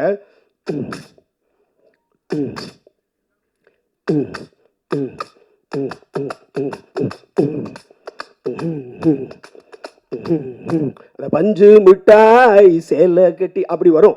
இப்படியெல்லாம் நாங்கள் வந்து இதெல்லாம் கற்றுக்கிட்டு இருந்தோம். இன்றைக்கி அவ்வளோ பெரிய ஒரு ஜாம்பவான் வந்து இருப்பது உள்ளபடியே மகிழ்ச்சியை தருகிறது. அதே போல் ஆர்வி உதயகுமார் அண்ணன், அவருடைய அனைத்து வெற்றி படங்களுக்கும் நாம் எல்லாருமே ரசிகர்கள். கொஞ்சம் நேரம் எடுத்துக்கிட்டாலும், ஏன்னா ஒரு புது ஒரு படம், ஒரு 3 தயாரிப்பாளர் வந்திருக்காங்க, ஒரு தம்பி வந்திருக்கிறாரு, ஒரு புதிய இயக்குனரை இன்றைக்கி நிறைய பேருக்கு வாழ்த்துவதற்கெல்லாம் மனசே இல்லைங்க. இவன் ஒளியணும், இவன் சாமணும், இவன் வளரக்கூடாதுன்னு தான் நினைக்கிறானுங்களே ஒழிய மனசார ஒருத்தனை வாழ்த்துறதுக்கு இங்கே வாய்ப்பே இல்லைங்க. ஆனால் அவருக்கு இருக்கிற வேலையெல்லாம் விட்டுட்டு எவ்வளோ பெரிய டைரக்டர், கிழக்கு வாசல், என் ஊரில் தான் ஷூட்டிங்கு, தலிக்கு வந்து உழுக்கு குளிக்கி விடும் குளிக்கும் வரும் கண்ணாலே அந்த பாடலை எடுத்துருக்கும் போது நான் ஷூட்டிங் வேட போயிருக்கேன். அதே மாதிரி பார்த்தீங்கன்னா கமல் சாருக்கு வந்து அற்புதமான ஒரு படம், ரஜினி சாருக்கு மறக்க முடியாத ஒரு எஜமான்ற படம், ஒரு கேப்டன் விஜயகாந்த் ஐயாவுக்கு சின்ன கவுண்டருக்கு மேலே அங்கே ஒரு படம் வேணும். அதில் ஒரே ஒரு ஷார்ட் கம்போசிஷன் பாருங்கள். சுகன்யா மேடம் வந்து ஒரு மொய் விருந்துன்னு வச்சுருப்பாங்க. அந்த மொய் விருந்து எதுக்கு வைக்கிறாங்க அப்படின்னா, தன்னுடைய வறுமை அல்லது தன்னை பொருளாதார இழப்பு அல்லது ஏதாவது ஒருத்தவங்க கடன் பட்டிருந்தாங்கன்னா சொந்த பந்தத்திட்ட சொல்லி ஒரு 50 பேருக்கு வந்து இந்த மாதிரி நான் மொய் விருந்து வச்சுருக்கேன் அப்படின்னு சொல்லி வீட்டில் சமைச்சு போட்டு அது இலைக்கு பின்னாடி அன்னைக்கு 5 ரூபாயோ 10 ரூபாயோ 20 ரூபாயோ அப்படி வச்சு கொடுப்பாங்க. அப்படியே ஷார்ட் போய்கிட்டே இருக்குது, கேமரா போயிட்டே இருக்குது. ஒவ்வொருவரும் சாப்பிட்டுட்டு எந்திரிச்சிட்டு போகிறாங்க. ஒவ்வொரு இலையை மடக்கும் பொழுது அப்படி அவங்க சுகன்யா எடுக்கும்போது உள்ள 5 ரூபா 2 ரூபா 10 ரூபா அப்படி இருக்கும். ஆனால் விஜயகாந்த் சார் சாப்பிட்டுட்டு அப்படி போய் சுகன்யா மேம் எடுக்கும்போது பார்த்தீங்கன்னா உள்ள தாலி இருக்கும், ஒரு பேக்ரவுண்ட் மியூசிக் ராஜா சார், அப்படியே டைட் க்ளோஸ் இங்கே ஒன்று கட் பண்ணால் சுகன்யா ஐஸுக்கு ஒரு க்ளோஸு, அப்படியே வாக் பண்ணுறாங்க. திரும்பி பார்த்தா வெள்ளை வெட்டி சட்டையில் அப்படியே கேப்டன் போகிறாரு, பேக்ரவுண்டில் ராஜா சாரோட அந்த வானத்தை என்ன மாதிரி கம்போசிஷனுங்க. ஒரு ஷார்ட்ல எவ்வளோ பியூட்டி. காசு கொடுக்கறது விஷயம் இல்லைங்க, வாழ்க்கையே கொடுத்துருக்கிறாரு ஒரு பெண்மணிக்கு. அப்போ வந்து அந்த தத்துரூமான அந்த காட்சியை எப்படி மையப்படுத்தி எடுத்திருக்காரு பாருங்க. அதுதான் சொல்றேன். என்னன்னா உதவி இயக்குனர்கள் புரிஞ்சுக்கிறோம். இப்போ என்ன மாதிரியாலாம் அன்னைக்கு தெரியல, ஆனால் இன்னைக்கு வந்து கத்துக்கிற போது அந்த கிரேட் கம்போசிஷன். அப்படிப்பட்ட ஒரு டைரக்டர் இங்கே வந்து இந்த குழுவினரை வாழ்த்துவதற்காக வந்திருக்கிறார். இந்த படத்தில் பார்த்தீங்கன்னா நான் ஒரு நல்ல கேரக்டர் தான், எனக்கு கொடுக்கப்பட்ட வேலையை நான் சிறப்பாக செஞ்சுருக்கேன். அதில் வந்து என்ன அந்த ஃபேக்ட்ரியில் வேலை பார்க்குறவங்களுக்கு தட்டி கேட்ட ஒரே ஒருக்காக அடின்னு அடிச்சாருங்க. எப்படி இன்னைக்கு வந்து திருப்புவனம் மடப்புறத்தில் அந்த அஜித் குமார்ன்ற தம்பியை நாயக்கணக்கு அடிச்சாங்களோ, எந்த விதமான ஒரு ஆதாரமும் இல்லாம ஒரு கேடுகட்ட அயோக்கிய பொம்பளை சொன்னான்ற ஒரே ஒரு காரணத்துக்காக அந்த அப்பாவி பையனை அடிச்சு நாயக்கணக்கு அடிச்சு டெல்லியில இருந்து தலைமைச் செயலர் இருந்து ஒரு ஐஏஎஸ் த்ரூ த தமிழ்நாட்டில் இருக்க தலைமைச் செயலர் IAS SP DSP inspector sub inspector police தனிப்படை பிரிவை வச்சு அடிச்சே அப்படி கொண்டாங்க. அதே மாதிரி என்னை அடிச்சே கொண்டாருங்க இந்த பேரரசுன்ற வைகுண்ட. ஒரு நியாயத்தை கேட்டேன், ஒரு நியாயத்தை ஏன் என் ஃபேக்டரியில் இப்படி வேலை பார்க்குறேன்னு. அப்படி அந்த தம்பி அஜித் குமாருக்கு அங்கே நீதி கிடைக்கல, இந்த அரசுல நீதி கிடைக்கவும் கிடைக்காது. ஆனா பேரரசுக்கு இந்த படத்துல நீதி கிடைச்சிச்சு, தண்டனை கொடுத்தாரு டைரக்டர் பாரதி சிவலிங்கம். இது ஒரு வழியை சொல்ற ஒரு படம், ஒரு வழி மிகுந்த ஒரு படங்க. நீங்க அசால்ட்டா இந்த படத்தை பார்த்துட்டு ரிவ்யூ பண்ணிட்டு படம் உட்காந்து ஓடிடுறீங்க. இதுக்கு பின்னாடி எவ்வளவு பெரிய வழி இருக்கு தெரியுமா? இந்த புளு சட்டை மாறன நான் பல தடவை சொல்லியிருக்கேன். அதாவது நல்லா சிரிக்கிறதுக்கு சொல்லலைங்க, ஒரு 2 கோடி ரூபாய் ஒரு 3 கோடி ரூபாய் போட்டு ஒருத்தவங்க படம் எடுக்கிறாங்க. அசிஸ்டன்ட் டைரக்டருங்க 10-15 வருஷமா கஷ்டப்பட்டு தன் பொண்டாட்டி பிள்ளையில விட்டுட்டு பசி பட்டினி கொடுமையில ஒரு கதையை தயார் பண்ணி ஒரு தயாரிப்பாளர் கிடைச்சிட மாட்டாங்களா, என்னோட வாழ்க்கை மாறிடாதான்னு நினைச்சுக்கிட்டு இருப்பான். அப்படியே ஒரு ப்ரொடியூசரை பிடிச்சி ஒரு படத்தை பண்ணி கொண்டு வந்தா 3 நிமிஷத்துல சோழியை முடிச்சு போடுறாங்க. அந்த 3 நிமிஷம் தான். அதுல மாடுலேஷனே பாருங்க எப்படின்னா, இப்போ பார்த்தோம்னா இன்னைக்கு பார்க்க போற படம் ஒரு படம் எழுத்துல இருந்து கடைசி வரைக்கும் வெட்டுறியான் குத்துறியான், ஏன் குத்துறியான் எது குத்துறியான் எதுக்குன்னே தெரியல. இந்த டைரக்டர் போறான் மஞ்சள் பை தூக்கிட்டு படம் இருக்கணும்னு வந்துடுறான். இந்த அஜித்தை பார்த்தீங்கன்னா இவர் வந்து மூஞ்சி சொதன்னு இருக்கு, சப்பாத்தி மாவு பெசல் போட்டு மாவு வச்சுக்கிட்டு இவரெல்லாம் ஆடுறாருன்னு சொல்லி உருவ கேளிகளை செய்கிறீங்க, ஒரு படத்தை வீணடிக்கிறீங்க, அந்த படத்தினுடைய உழைப்பை கெடுக்கிறீங்க, ஒரு புது இயக்குனரை கொல்றீங்க, ஒரு தயாரிப்பாளரை கொல்றீங்க. இது மாதிரி நிறைய விஷயங்கள். ஏன் நான் சொல்றேன்னா இது சின்ன படம் தாங்க, ஆனால் நல்ல கதை. நீங்கள் பத்திரிகையாளர் நண்பர்கள் நிறைய சகோதரர்கள் எனக்கு இருக்கீங்க, நண்பர்கள் இருக்கீங்க. இந்த படத்தை நல்லபடியாக எழுதுங்க.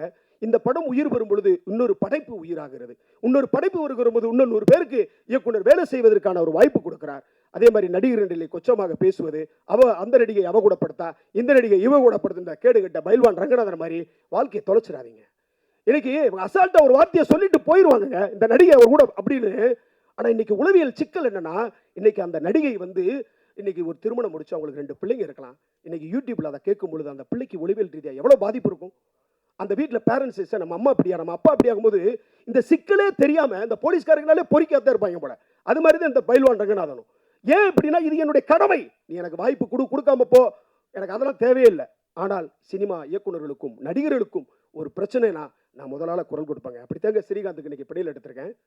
என்னுடைய ரெஃபரன்ஸில் தான் ஸ்ரீகாந்த் என்னுடைய அட்வொகேட் ஃப்ரெண்ட்ஸை வச்சு தான் அவரை வெளியில் எடுத்திருக்கேன். அவர் கைது பண்ணும்போது எத்தனை மீடியா போய் அவரை போய் அசிங்கப்படுத்துறீங்க, அவமானப்படுத்துறீங்க. ஏதோ ஒரு மன உளைச்சல் பயன்படுத்திட்டாரு, தப்பு தான் இல்லைன்னு சொல்லலை, அரசாங்கம் தண்டனை கொடுக்கட்டும். ஆனால் மீடியா பீப்புளுக்கு கொஞ்சமாவது, நான் ஒரு சில மீடியாவுக்குள்ள தான் சொல்கிறேன், ஒரு அறம் வேணாமா? இப்போ அவர் பிணையில் ஆகிட்டாரு, ஆனால் வெளியில் வரல. ஸோ இந்த மாதிரி நிறைய பிரச்சனைகள் இந்த மீடியா நண்பர்கள் எடுத்துகிட்டு போங்க. லேட்டஸ்ட்டாக கூட இதை ஒன்று மட்டும் சொல்லி முடிச்சிடுறேன். இந்த ஃபீனிக்ஸ்னு ஒரு படம், தம்பி விஜய் சேதுபதியோட சூர்யா சேதுபதி, அவனை என்ன மாதிரி ட்ரோல் பண்ணி அவமானப்படுத்தி அசிங்கப்படுத்தி, இது உங்களுக்கு தெரியாதுங்க. நீங்கள் சொல்லிட்டு நீங்கள் ஒரு வியூவர்ஸ் கிடைக்கிறதுக்காக போயிடுவீங்க. அது உளவியல் ரீதியாக மிகப்பெரிய பாதிப்பு. அவன் பப்ளிக்காக போட்டான், ஒரு ஆட்டிடியூட்டை காட்டிட்டாப்புல தம்பி, அவன் மனசார சாரி கட்டுட்டான், அவங்க அப்பா விஜய் சேதுபதி சாரி கட்டுட்டான். இதுக்கு மேலே அவனை ட்ரோல் பண்ணி ஓட்டி தேங்க்ஸ் மீட்டிங்கில் இதே மேடையில் நான் உங்களை அடுத்த படத்தில் சந்திக்கிறேன் அப்படின்னு சொல்லிட்டு மனம் இறங்கி போகிறான். ஒரு வார்த்தை கொல்லுங்க, ஒரு வார்த்தை வெல்லுங்க. அடுத்தவனுடைய உணர்வுகளையும் அடுத்தவனுடைய வழியையும் அடுத்தவனுடைய கண்ணீரையும் வைத்து நீங்கள் யூடியூப்ஸில் சம்பாதிக்கிறீங்கன்னா, அதை சாப்பிட்றீங்கன்னா, அந்த காசு மலத்துக்கு சமங்க, பிழந்தின்னும் கழுகுகள் அல்ல. நிறைய யூடியூபர் நண்பர்கள் அறத்தோடு இருக்காங்க, நல்ல ரிவ்யூஸ் கொடுக்குறாங்க, நல்ல பதில்களை கொடுக்குறாங்க. ஒரு படம் ஓடட்டுமே. ஆர்கே செல்வமணி அண்ணன் ஒரு மேடையில் சொன்னாங்க, வெள்ளி சனி ஞாயிறு 3 நாள் படத்தை பற்றி குறைய எழுதாதீங்கன்னு. பல பேரோட உழைப்பு இருக்குங்க. ஒரு 2 கோடினா கூட அதுக்கு என்ன வட்டியாச்சு? அதை நீங்கள் உணர்ந்து கொள்ளுங்கள். பத்திரிகையாளர் நண்பர்கள், நீங்கள் கொஞ்சம் அறத்தோடு செயல்படுங்க. நிறைய பிரச்சனைகள் இந்த நாட்டில் போயிட்டுருக்கு. குறிப்பாக தமிழ் சினிமாவில் நீங்கள் ஆரோக்கியமாக இந்த சினிமா இருக்கணும்னா உங்களை போன்ற பத்திரிகை நண்பர்கள் இதை ஆரோக்கியமான முறையில் எடுத்துகிட்டு போங்க. தம்பி பாரதி சிவலிங்கம் கஷ்டப்பட்டு ஒரு அற்புதமான ஒரு படைப்பை கொடுத்துருக்கிறாரு. இந்த படம் நிச்சயம் தப்பு பண்ணாது. Empowerment is a powerful tool of politics and human society and human life. இதுதான் கதையோட சூட்சமோ. படம் பார்க்கும்போது உங்களுக்கு புரியும். மறுபடியும் அண்ணன் பேரரசு அவர்களுக்கு என் மனமார்ந்த வாழ்த்துக்கள். Cameraman, editor, music director Ilaiya sir, எல்லாருக்குமே, குறிப்பாக வந்திருக்கிற உங்கள் அனைவருக்கும், பத்திரிகையாளர் நண்பர்களுக்கும் நன்றி பாராட்டி இந்த படத்தை இன்னைக்கு சோசியல் மீடியாவில் நீங்கள் எடுத்துகிட்டு போங்க. ஒரு நல்ல கதையை கொடுத்துருக்கோம். பிடிச்சிச்சு எழுதுங்க. குறை இருக்கா, குறையை நாகரிகமாக சொல்லுங்கள். நிறை இருந்தால் சொல்லுங்கள். உருவக்கேலி, அவன் இவனு யாரையும் அசிங்கப்படுத்தாங்க. உங்கள்கிட்ட ப்ராடக்டை நாங்கள் கொண்டு வந்துட்டோம், நீங்கள் என்ன வேணாலும் சொல்லுங்கள். ஆனால் ஒருமையிலேயோ அடுத்தவனுடைய உணர்வுகளை காயப்படுத்துகிற மாதிரி தயவு செய்து எழுதாங்க. படம் பிடிக்கலையா, பிடிக்கல. பிடிச்சிருக்கா, பிடிக்கல. கேமரா பிடிக்கல, நல்லா இல்லைன்னு சொல்லிட்டு போங்க. நாங்கள் பிள்ளைகள் இருந்தால் திருத்திக் கொள்கிறோம். ஏன்னா தம்பி பாரதி வளர்ந்து வரக்கூடிய தம்பி, இன்னும் நிறைய சாதிக்க வேண்டும், நாங்களும் நிறைய சாதிக்க வேண்டும். மேடையில் இருக்கக்கூடிய அத்துணை கலைஞர்களும் அதை நோக்கித்தான் இருக்கிறோம். இந்த விழாவை சிறப்பான முறையில் அமைத்து கொடுத்த பத்திரிகையாளர் மனவை புவன் அன்பு சகோதரர் அவர்களுக்கும், மேடையில் வீற்றிருக்கிற உங்கள் அனைவருக்கும், பத்திரிகையாளருக்கும் பார்வையாளருக்கும் உங்கள் கால் மலர்களில் என் கண் மலர்களை வைத்து நன்றி பாராட்டி விடைபெறுகிறேன். நன்றி, வணக்கம். ரவிக்குமார் சார் சொன்ன மாதிரி 2 ட்ரெய்லர் 2 சாங், வேங்கை வயலிலிருந்து இன்றைக்கி இருக்கக்கூடிய அடித்தட்டு மக்களுடைய பல பிரச்சனைகளையும் வலியும் வேதனைகளையும் ரொம்ப அழகாக காட்சிப்படுத்தியிருக்கார். ரொம்ப அழகான பாடல்கள் இசையமைத்திருக்கார். இசையமைப்பாளருக்கு ஒரு பெரிய கைத்தட்டல் கொடுக்கணும். அந்த பாடல் வரி எனக்கு சரியாக ஞாபகம் இல்லை, ஆனால் அந்த அர்த்தம் மட்டும் அப்படியே மனசில் பதிஞ்சிட்டே இருக்குது. வாழ்கிற நாட்கள் கம்மி, அதனால் ஒவ்வொரு நொடியும் செதுக்கணும்னு சொல்லி வரிகள் எழுதியிருந்தாங்க இல்லையா? ரொம்ப அழகாக யார் எழுதியிருக்காங்க? நீங்கள் டைரக்டர் எழுதியிருக்காரு. அதுக்கு நிச்சயமாக அதுக்கு ஒரு கைத்தட்டல் கொடுக்கணும். டைரக்டர் எழுதினாருன்னு எனக்கு தெரியாது, ஆனால் அந்த வார்த்தை, அதாவது பாரசீகத்தில் ஒரு பழமொழி இருக்குது. அது என்னன்னா, பேரணி முடிந்து விட்டது, நாட்கள் பல ஆகிவிட்டது. பேரணி முடிந்து விட்டது, நாட்கள் பல ஆகிவிட்டது, ஆனால் அதன் தூசி இன்னும் அடங்கவில்லை அப்படிங்கிறது பாரசீகத்தில் வர பொன்மொழி. இந்த ட்ரெய்லர், அந்த பாடல்கள் கேட்டு முடிச்சு அதுக்கப்புறம் ரொம்ப நேரம் ஆயிடுச்சு. இருந்தாலும் அந்த வரிகளும் அந்த இசையும் இன்னமும் காதில் ஒலிச்சிக்கிட்டே இருக்குது. அந்தளவுக்கு ஒரு இம்பேக்ட் டைரக்டர் கொடுத்துருக்காரு, மியூசிக் டைரக்டர் கொடுத்துருக்காரு. அதனால தான் இன்றைக்கி உலக அளவில் நமக்கு பெருமை சேர்க்கக்கூடிய சிவலிங்கம் சார், சிவமணி சாரே அவரை பாராட்ட வந்திருக்கார். அது ஒரு கூடுதல் சிறப்பு அவருக்கு.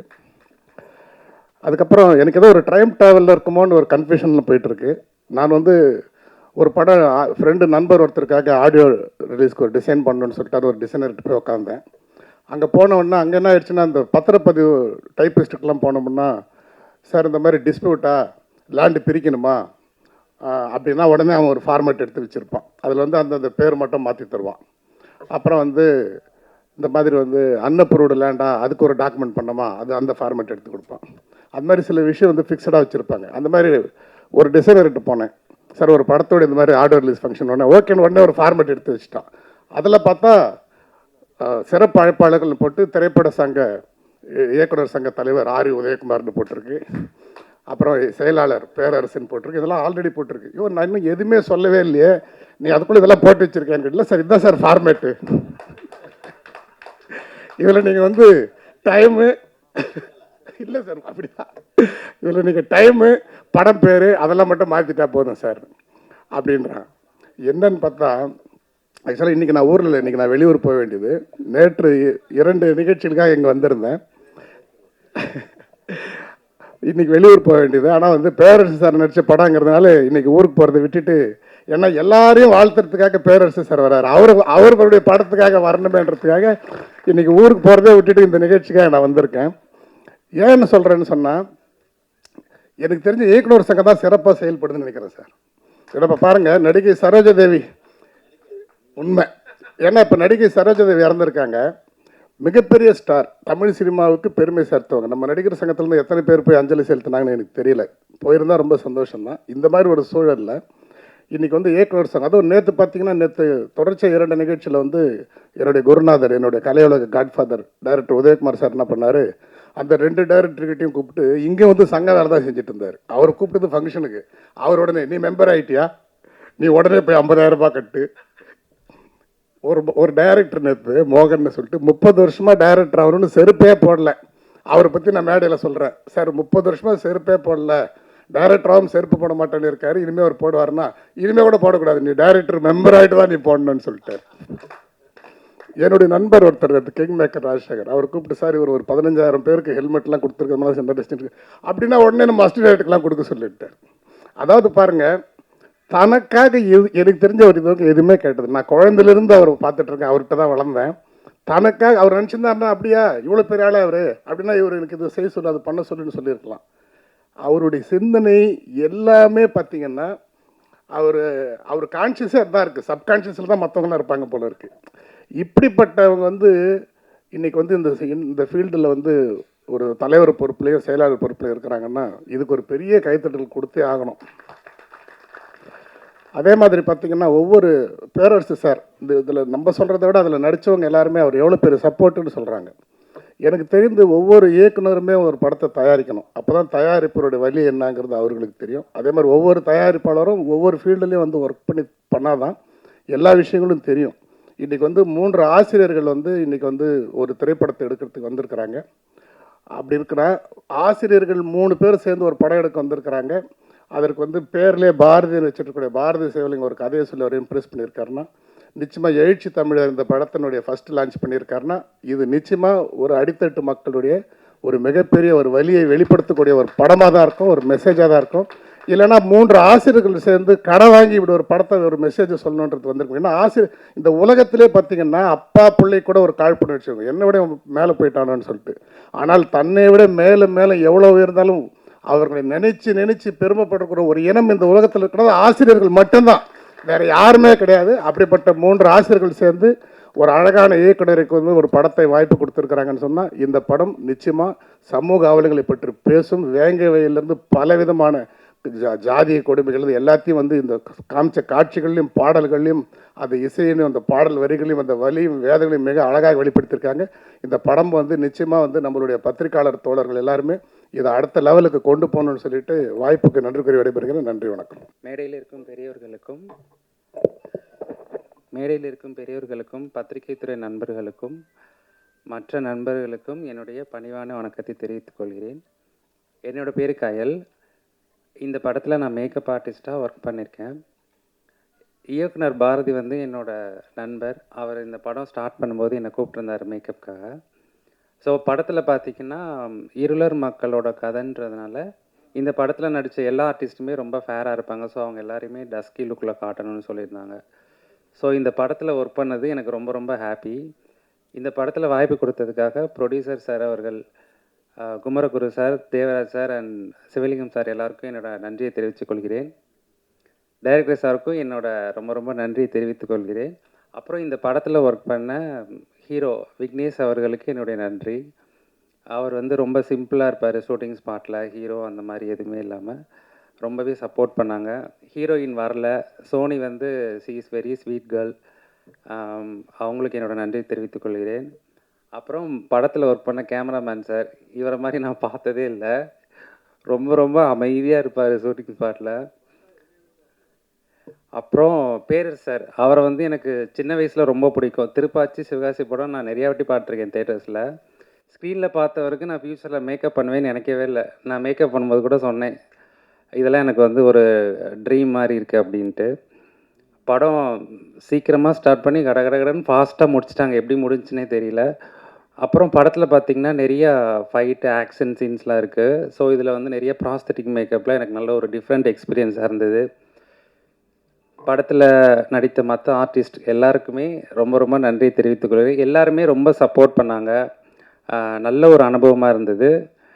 திரும்ப ப்ரொடியூசர் சார், அவங்க சொல்லணும், ஷூட்டிங் ஸ்பாட்டில் வந்து அவங்க வந்து எங்களுக்கு ஹெல்ப் பண்ணுவாங்க. ஏதாவது வேணும் அப்படின்னா உடனே உடனே பண்ணி கொடுப்பாங்க. ப்ரொடியூசர் அந்த மாதிரி எதுவுமே இல்லாமல் ரொம்ப சிம்பிளாக இருப்பாங்க.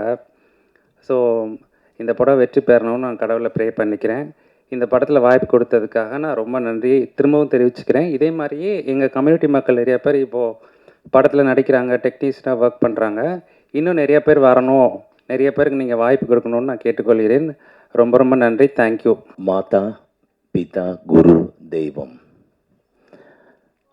டேரக்டர் ப்ரொடியூசர் சார் வந்து அவங்க தாயை வந்து இன்ட்ரடியூஸ் பண்ணும்போது ரொம்ப ரொம்ப டச்சிங்காக இருந்தது எனக்கு. ஏன்னா எனக்கு அம்மானா ரொம்ப உயிர். அந்த 9 மாதம் அவங்க வயிற்றுக்குள்ளேயே நான் ப்ராக்டிஸ் பண்ணுவேன்.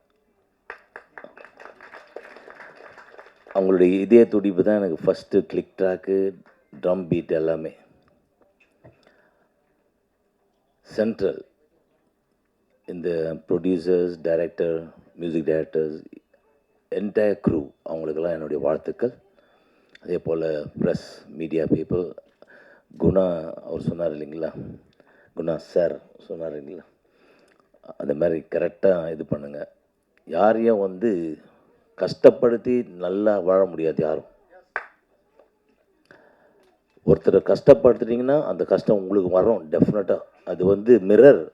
எதுக்கு மிரரை வந்து வீட்டுக்கு என்ட்ரன்ஸில் இருக்க சொல்கிறாங்கன்னா ஒரு நல்ல இது, அது ரிஃப்ளெக்ஷன். ஸோ இந்த படம் என்டையர் டீம் இலா வந்து நமோ நாராயணி அவர் வந்து பெரிய பிளெஸ்ஸிங். அந்த அம்மா அவங்களுடைய ஆசீர்வாதத்தில் அவர் வளர்ந்து அங்கே இருந்தவர்.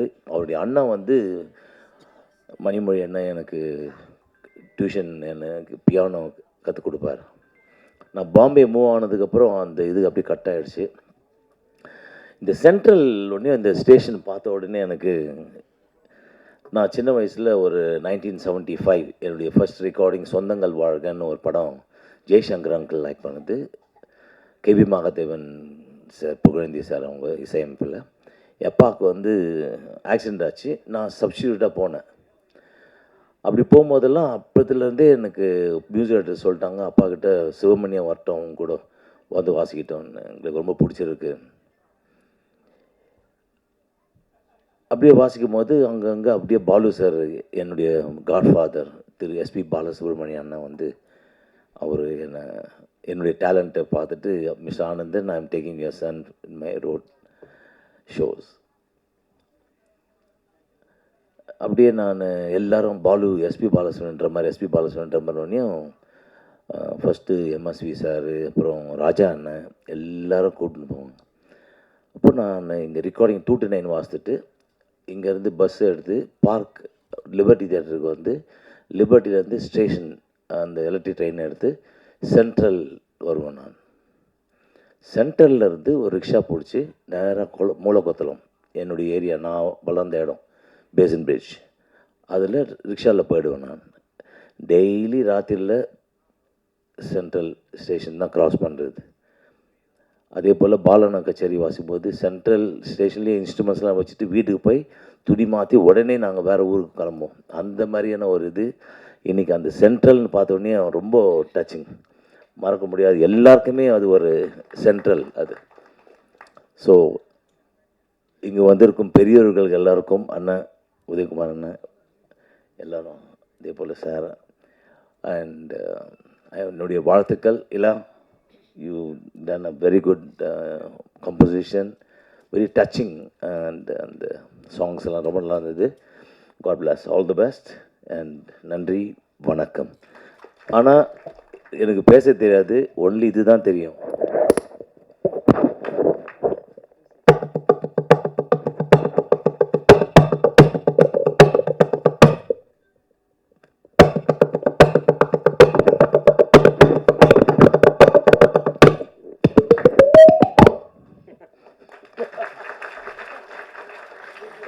Thank you sir, thank you so much. நாங்களே கேட்கணும் அப்படின்ட்டு நினச்சிட்டே இருந்தோம், பட் எங்களுக்காக நீங்கள் செஞ்சு காமிச்சிட்டீங்க. ரொம்ப நன்றி சார், தேங்க்யூ ஸோ மச். நமக்கு ஒரு டேலண்ட் இருக்குன்னா அதை வச்சு நம்ம அதை நம்மளுடைய ப்ரொஃபஷனாக மாற்றுறது ஒரு பக்கம், அதுக்கப்புறம் அதை வந்து கமர்ஷியலாக பயன்படுத்துறது, அதாவது அதை வச்சு நமக்கான வருவாய் ஈட்டுறது ஒரு பக்கம். ஆனால் அந்த டேலண்ட்டை வச்சு சமூக பொறுப்போடு என்ன பண்ணலாம் அப்படின்னு பார்க்கும்போது ஒரு சிறப்பான விஷயம் வந்து இவர் பண்ணியிருக்காரு. திருக்குறளுக்கு நாட்டுப்புற இசையை வந்து அமைச்சு நாட்டுக்குறள் அப்படின்ற ஒரு ஆல்பமை வந்து வெளியிட்டிருக்காரு. எத்தனை குறள்கள் இருக்கோ, எத்தனை அதில் அதிகாரம் அதிகாரம் இருக்கோ அத்தனை சிங்கர்ஸை வந்து வச்சு பாட வச்சு ஒரு சிறப்பான விஷயத்தை நமக்காக செஞ்சுருக்கக்கூடிய வம்சம், மல்லுக்கட்டு, 1000 முத்தங்களுடன் தேன்மொழி போன்ற படங்களில் அழகான பாடல்களையும் இசையும் நமக்காக கொடுத்த இசையமைப்பாளர் தாஜ் நூர் அவர்களை பேசுமாறு அன்புடன் அழைக்கிறோம்.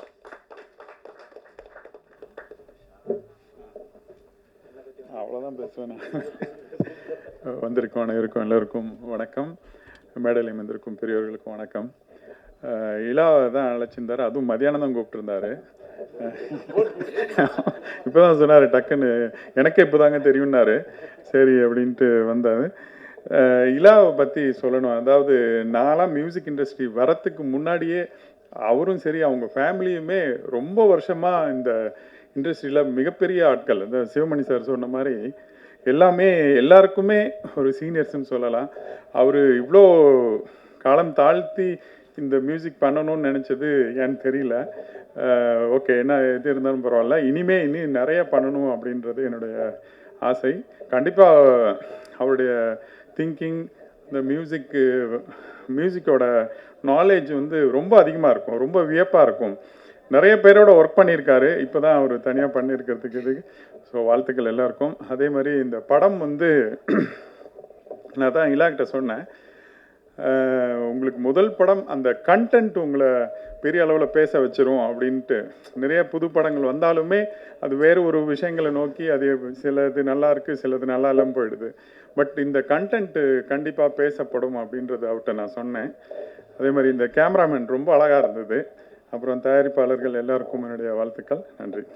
எல்லா மீடியா பீப்புளுக்கும் நன்றி, இங்கே வந்ததுக்கு. மக்களுக்கும் நன்றி. இங்கே பெரியவங்க எல்லாருக்கும் அவங்க பேர் சொல்ல எனக்கு தகுதி இல்லை, அதனால் பொதுவாக பெரியவங்கன்னு சொல்லிடுறேன். நான் இப்போ நன்றி தான் சொல்ல போகிறேன். என்னை பெற்றெடுத்த அம்மா அப்பாவுக்கு ஃபஸ்ட்டு நன்றி, என்னை இப்படி ஒரு நல்ல பிள்ளையாக ஃபஸ்ட் எடுத்ததுக்கு. அடுத்தது எனக்கு இந்த சான்ஸ் கொடுத்த பாரதிக்கு நன்றி. இந்த பாரதி இவர் தான் மியூசிக்னு சொன்னோன்னே ப்ரொடியூசர் எந்த கேள்வியும் கேட்காம ஓகே இவரும் இருக்கட்டும் சொன்னதுக்கு ப்ரொடியூசருக்கு ஒரு நன்றி. அப்புறம் எங்கள் அண்ணன் வந்திருக்காரு இங்கே, அவர் ரீரெக்கார்டிங் என்ன வேணும்னு தாஜினூர்கிட்ட கேட்டு ஒரு சிஸ்டம் பெருசாக பண்ணி கொடுத்துட்டு எனக்கு ஒர்க் பண்ண வச்சார். கொஞ்சம் ஏன் தெரியலாம், அவர் தான் எங்கள் அண்ணன். அவர் அப்புறம் என் கூட ஒர்க் பண்ண சதீஷ் இருக்காரா, இருந்தார், அவருக்கும் நன்றி. ரீரெக்கார்ட் நிறைய ஒர்க் பண்ணார். அப்புறம் என் கம்போசிங்க்கு ரொம்ப உதவியாக இருந்த அவங்க மதுப்பிரியா, அவங்களுக்கும் என் நன்றின்னு நினைக்கிறேன். இதுக்காக தான் நான் இந்த இது வந்தேன். நன்றிங்க, வணக்கம் எல்லாரும். First of all thank you so much media, எங்கள் படத்தை சப்போர்ட் பண்ணுறதுக்காக இவ்வளோ நேரம் பொறுமையாக வெயிட் பண்ணி எங்களை கவர் பண்ணிகிட்ருக்கீங்க. So thank you so much. And எங்கேருந்து ஆரம்பிக்கிறதுன்னு தெரியல. சாரி, ஓகே, சென்ட்ரல்லேருந்து ஆரம்பிக்கிறேன். நான் பிறந்ததுலேருந்து சென்னை தான்.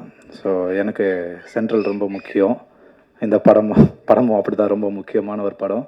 அண்ட் பாரதி பிரதர் ஒரு 4 வருஷத்துக்கு முன்னாடி தான் இந்த கதையை என்கிட்ட சொன்னார். ஸோ அதுக்கப்புறம் நடுவில் ஒரு 2 வருஷம் காணாமல் போயிட்டார். சொல்லிவிட்டு எங்கே போனார்னு தெரில. மறுபடியும் ஃபோன் பண்ணி நான் உங்ககிட்ட ஒரு நாள் கதை சொன்ன ஞாபகம் இருக்கா அப்படின்னு கேட்டார். நீங்கள் யார் பிரதர் அப்படின்னு நான் கேட்டேன். நான் பொய்யெல்லாம் சொல்ல விரும்பலை, எனக்கு பிடிக்காது. அதனால் யார் பிரதர் அப்படின்னு கேட்டேன். நான் தான் பாரதி. ஒரு 4 வருஷத்துக்கு முன்னாடி உங்ககிட்ட கதை சொன்னேன், என்ன கதை சொன்னீங்க கேட்டேன். அப்போ இந்த சென்ட்ரல் அப்படின்ட்டு ஒரு லைன் தான் சொன்னார். ஸோ எனக்கு உடனே ஞாபகம் வந்துருச்சு. ஸோ அந்தளவுக்கு எனக்கு இந்த கதை பிடிச்சிருந்தது. ஸோ படத்தில் ஒர்க் பண்ணும்போது நிறைய கஷ்டம் கொடுத்தாங்க. அதெல்லாம் சொன்னால் என்ன நினைப்பாங்கன்னு தெரில. சொல்ல மாட்டேன் சார், ப்ரொடியூசர் சார், அதெல்லாம் சொல்ல மாட்டேன். ப்ரொடியூசர் பற்றி சொல்லிடுறேன். அவர் இப்போ தான் அதிகமாக பேசியிருக்காரு. ஆனால் நாங்கள் ஸ்பாட்டில் போயிட்டுலாம் கேட்கும் போது ஓகே விக்னேஷ் அவ்வளோதான், வேறு எதுவுமே இல்லை, இப்போ தான் பேசியிருக்காரு. பரவாயில்ல சார், உங்கள் படத்துக்காக இன்றைக்கி நீங்கள் பேசியிருக்கீங்க. Thank you so much. அண்ட் ஐயா, நீங்களும் ஐயா, வாழ்த்துக்கள் ஐயா, பேசியிருக்கீங்க, வாழ்த்துக்கள் ஐயா. And Perarasu sir, sir Thirupaachi படம்னு நினைக்கிறேன் சார். விஜய் சார் அந்த மூஞ்சில் சந்தனம்லாம் போட்டுட்டு அப்படி ஆரம்பித்தவன் தான் நானும். அப்போ சந்தனம் போட ஆரம்பித்தேன். இப்போவும் போடும்போது தான் பேக்ரவுண்டில் அந்த பிஜிஎம் ஓடும். அப்படி ஆரம்பித்தேன். அந்த பிஜிஎம் ஓடும். ஸோ அவர் கூட நான் நடிக்கிறேன் அப்படின்னும் போது எனக்கு ரொம்ப சந்தோஷமாக இருந்தது. சார் பாதியில் தான் அந்த ஃபர்ஸ்ட் ஷெடியூல் முடிச்சிட்டோம். சார் பாதியில் வரனா அப்போ சொல்லவே மாட்டாருங்க எதுவுமே டேரக்டர் யார் யார் உள்ள வர. இப்போ ட்ரெய்லர்லாம் நான் உங்களை மாரி பார்த்து தான் தெரிஞ்சுக்கிட்டேன். எனக்கு எதுவுமே காட்டலை, எதுவுமே பண்ணலை. அதுமாதிரி அவரோட ஸ்டேட்டஸ் பார்த்து தான் சார் தெரிஞ்சுக்கிட்டேன் உங்களை மீட் பண்ணது. ஆமாம் சார், எதுவுமே சொல்ல மாட்டுறாரு சார். கேட்டால் என்ன ஹீரோன்றாங்க, எனக்கே தெரிய மாட்டேங்குது. என்கிட்டயே சொல்லாமலே எல்லாமே பண்ணிடுறாங்க. எனிவே அதுவும் சர்ப்ரைஸாக தான் இருக்குது. ஓகே, சப்போர்ட் பண்ணுங்கள். அண்டு ஒவ்வொருத்தராக சொல்ல டைம் ஆகிடும், அதனால் நான் ஷார்ட்டாகவே முடிச்சுக்கிறேன். படத்தில் நடித்த எல்லாருக்குமே நன்றி. படத்துக்கு சப்போர்ட் பண்ண போகிற எல்லாருக்குமே நன்றி. அண்ட் இன்னும் சப்போர்ட் கொடுங்க. மன நிறைவு. தேங்க்யூ. என்னோட நிலைமையை பார்த்து புரிஞ்சுட்டு கடைசியில் சுமையாக வந்து செமையாக, ஏன்னா 2 நாளைக்கு முன்னாடி சுமையாவை பேர் என்னன்னு கேட்டு ரொம்ப டார்ச்சர் பண்ணிட்டேன். அதனால் வேணும்னே என்னை கூப்பிடாம இவ்வளோ நேரம் உட்காந்து வச்சு என்ன டார்ச்சர் பண்ணிட்டாங்க. நன்றி சுமையா. இனிமேல் மனசில் வச்சுட்டுலாம் பழி வாங்கக்கூடாது. சும்மா காமெடிக்காக சொல்கிறேன். 1980 பிப்ரவரி 26 நான் சென்ட்ரலில் வந்து இறங்கினேன். நான் சென்ட்ரலில் வந்து இறங்கினது 1980 பிப்ரவரி 26 தமிழ்நாடு திரைப்பட கல்லூரியில் இன்டர்வியூக்காக வந்தேன். என்ன நீ சொல்லி கொடுத்த மாதிரி பேசுகிறேன். அவர் என்னுடைய அசிஸ்டண்ட்டு. எதாவது திருத்திக்கிறேன்னு சொல்லப்பா. அப்படி இப்படி கையை ஆட்டினே நான் பயந்துட்டேன்.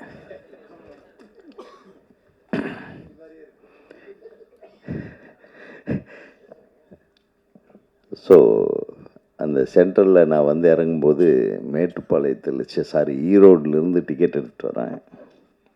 டிக்கெட் எடுத்துட்டான். டிக்கெட் எடுக்காமல் வரல. நியாயமாக 27 ரூபா. அதாவது ஒரு சாதாரண ஸ்லீப்பர் கோச், 27 ரூபா. இன்றைக்கி எவ்வளோன்னு தெரில. அது அந்த சென்ட்ரல் அப்படின்னு உடனே, அந்த சென்ட்ரலில் வந்த உடனே அப்புறம் ஒரு ஸ்மெல் வரும். ஒரு பக்கம் ஃபுல்லாக யூரினல் ஸ்மெல் வரும். இன்னொரு பக்கம் வந்து ஒரே இட்லி வடை போண்டா சாம்பார் ஸ்மெல்லாக வரும். இன்னொரு பக்கம் கொஞ்சம் கப் அடிக்கும். அப்போல்லாம் ரொம்ப மோசமாக இருக்கும். இருந்தாலும் அது ஒரு சொர்க்கமாக தெரிஞ்சது. ஏன்னா முதல் அவ்வளோ பெரிய ஒரு ரயில்வே ஸ்டேஷனை அப்படியே பார்த்து ஆன்னு வாய் திறந்து காலையில் 5:30 மணிக்கு ஒரு அரை மணி நேரம் சென்ட்ரலுக்குள்ளேயே சுற்றினேன்.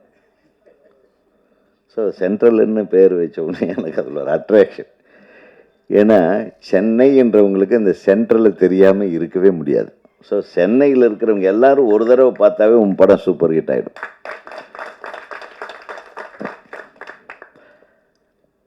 அப்புறம் நம்ம தம்பி குணா பேசும்போது நல்லா சொன்னான். அவன் ஆரம்பமே இருக்கானா, சரி,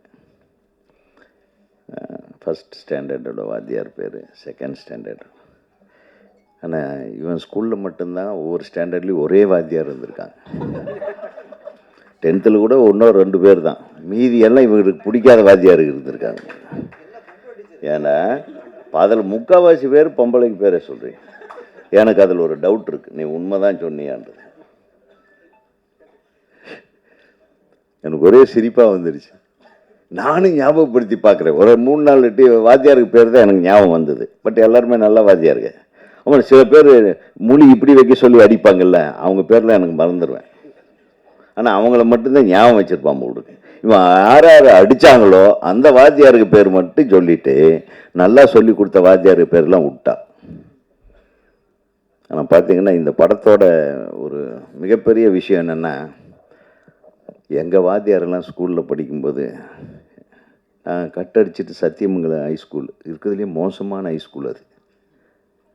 சத்தியமங்கலம் ஹைஸ்கூல் பசங்களா அப்படின்னாவே பக்கத்து ஒரு காலேஜுகளில் இடம் சேர்த்த மாட்டாங்க நம்மளை. அது ஒரு டைப்பான பயங்கரமான ரவுடி எலிமெண்ட்ஸ்ன்னு.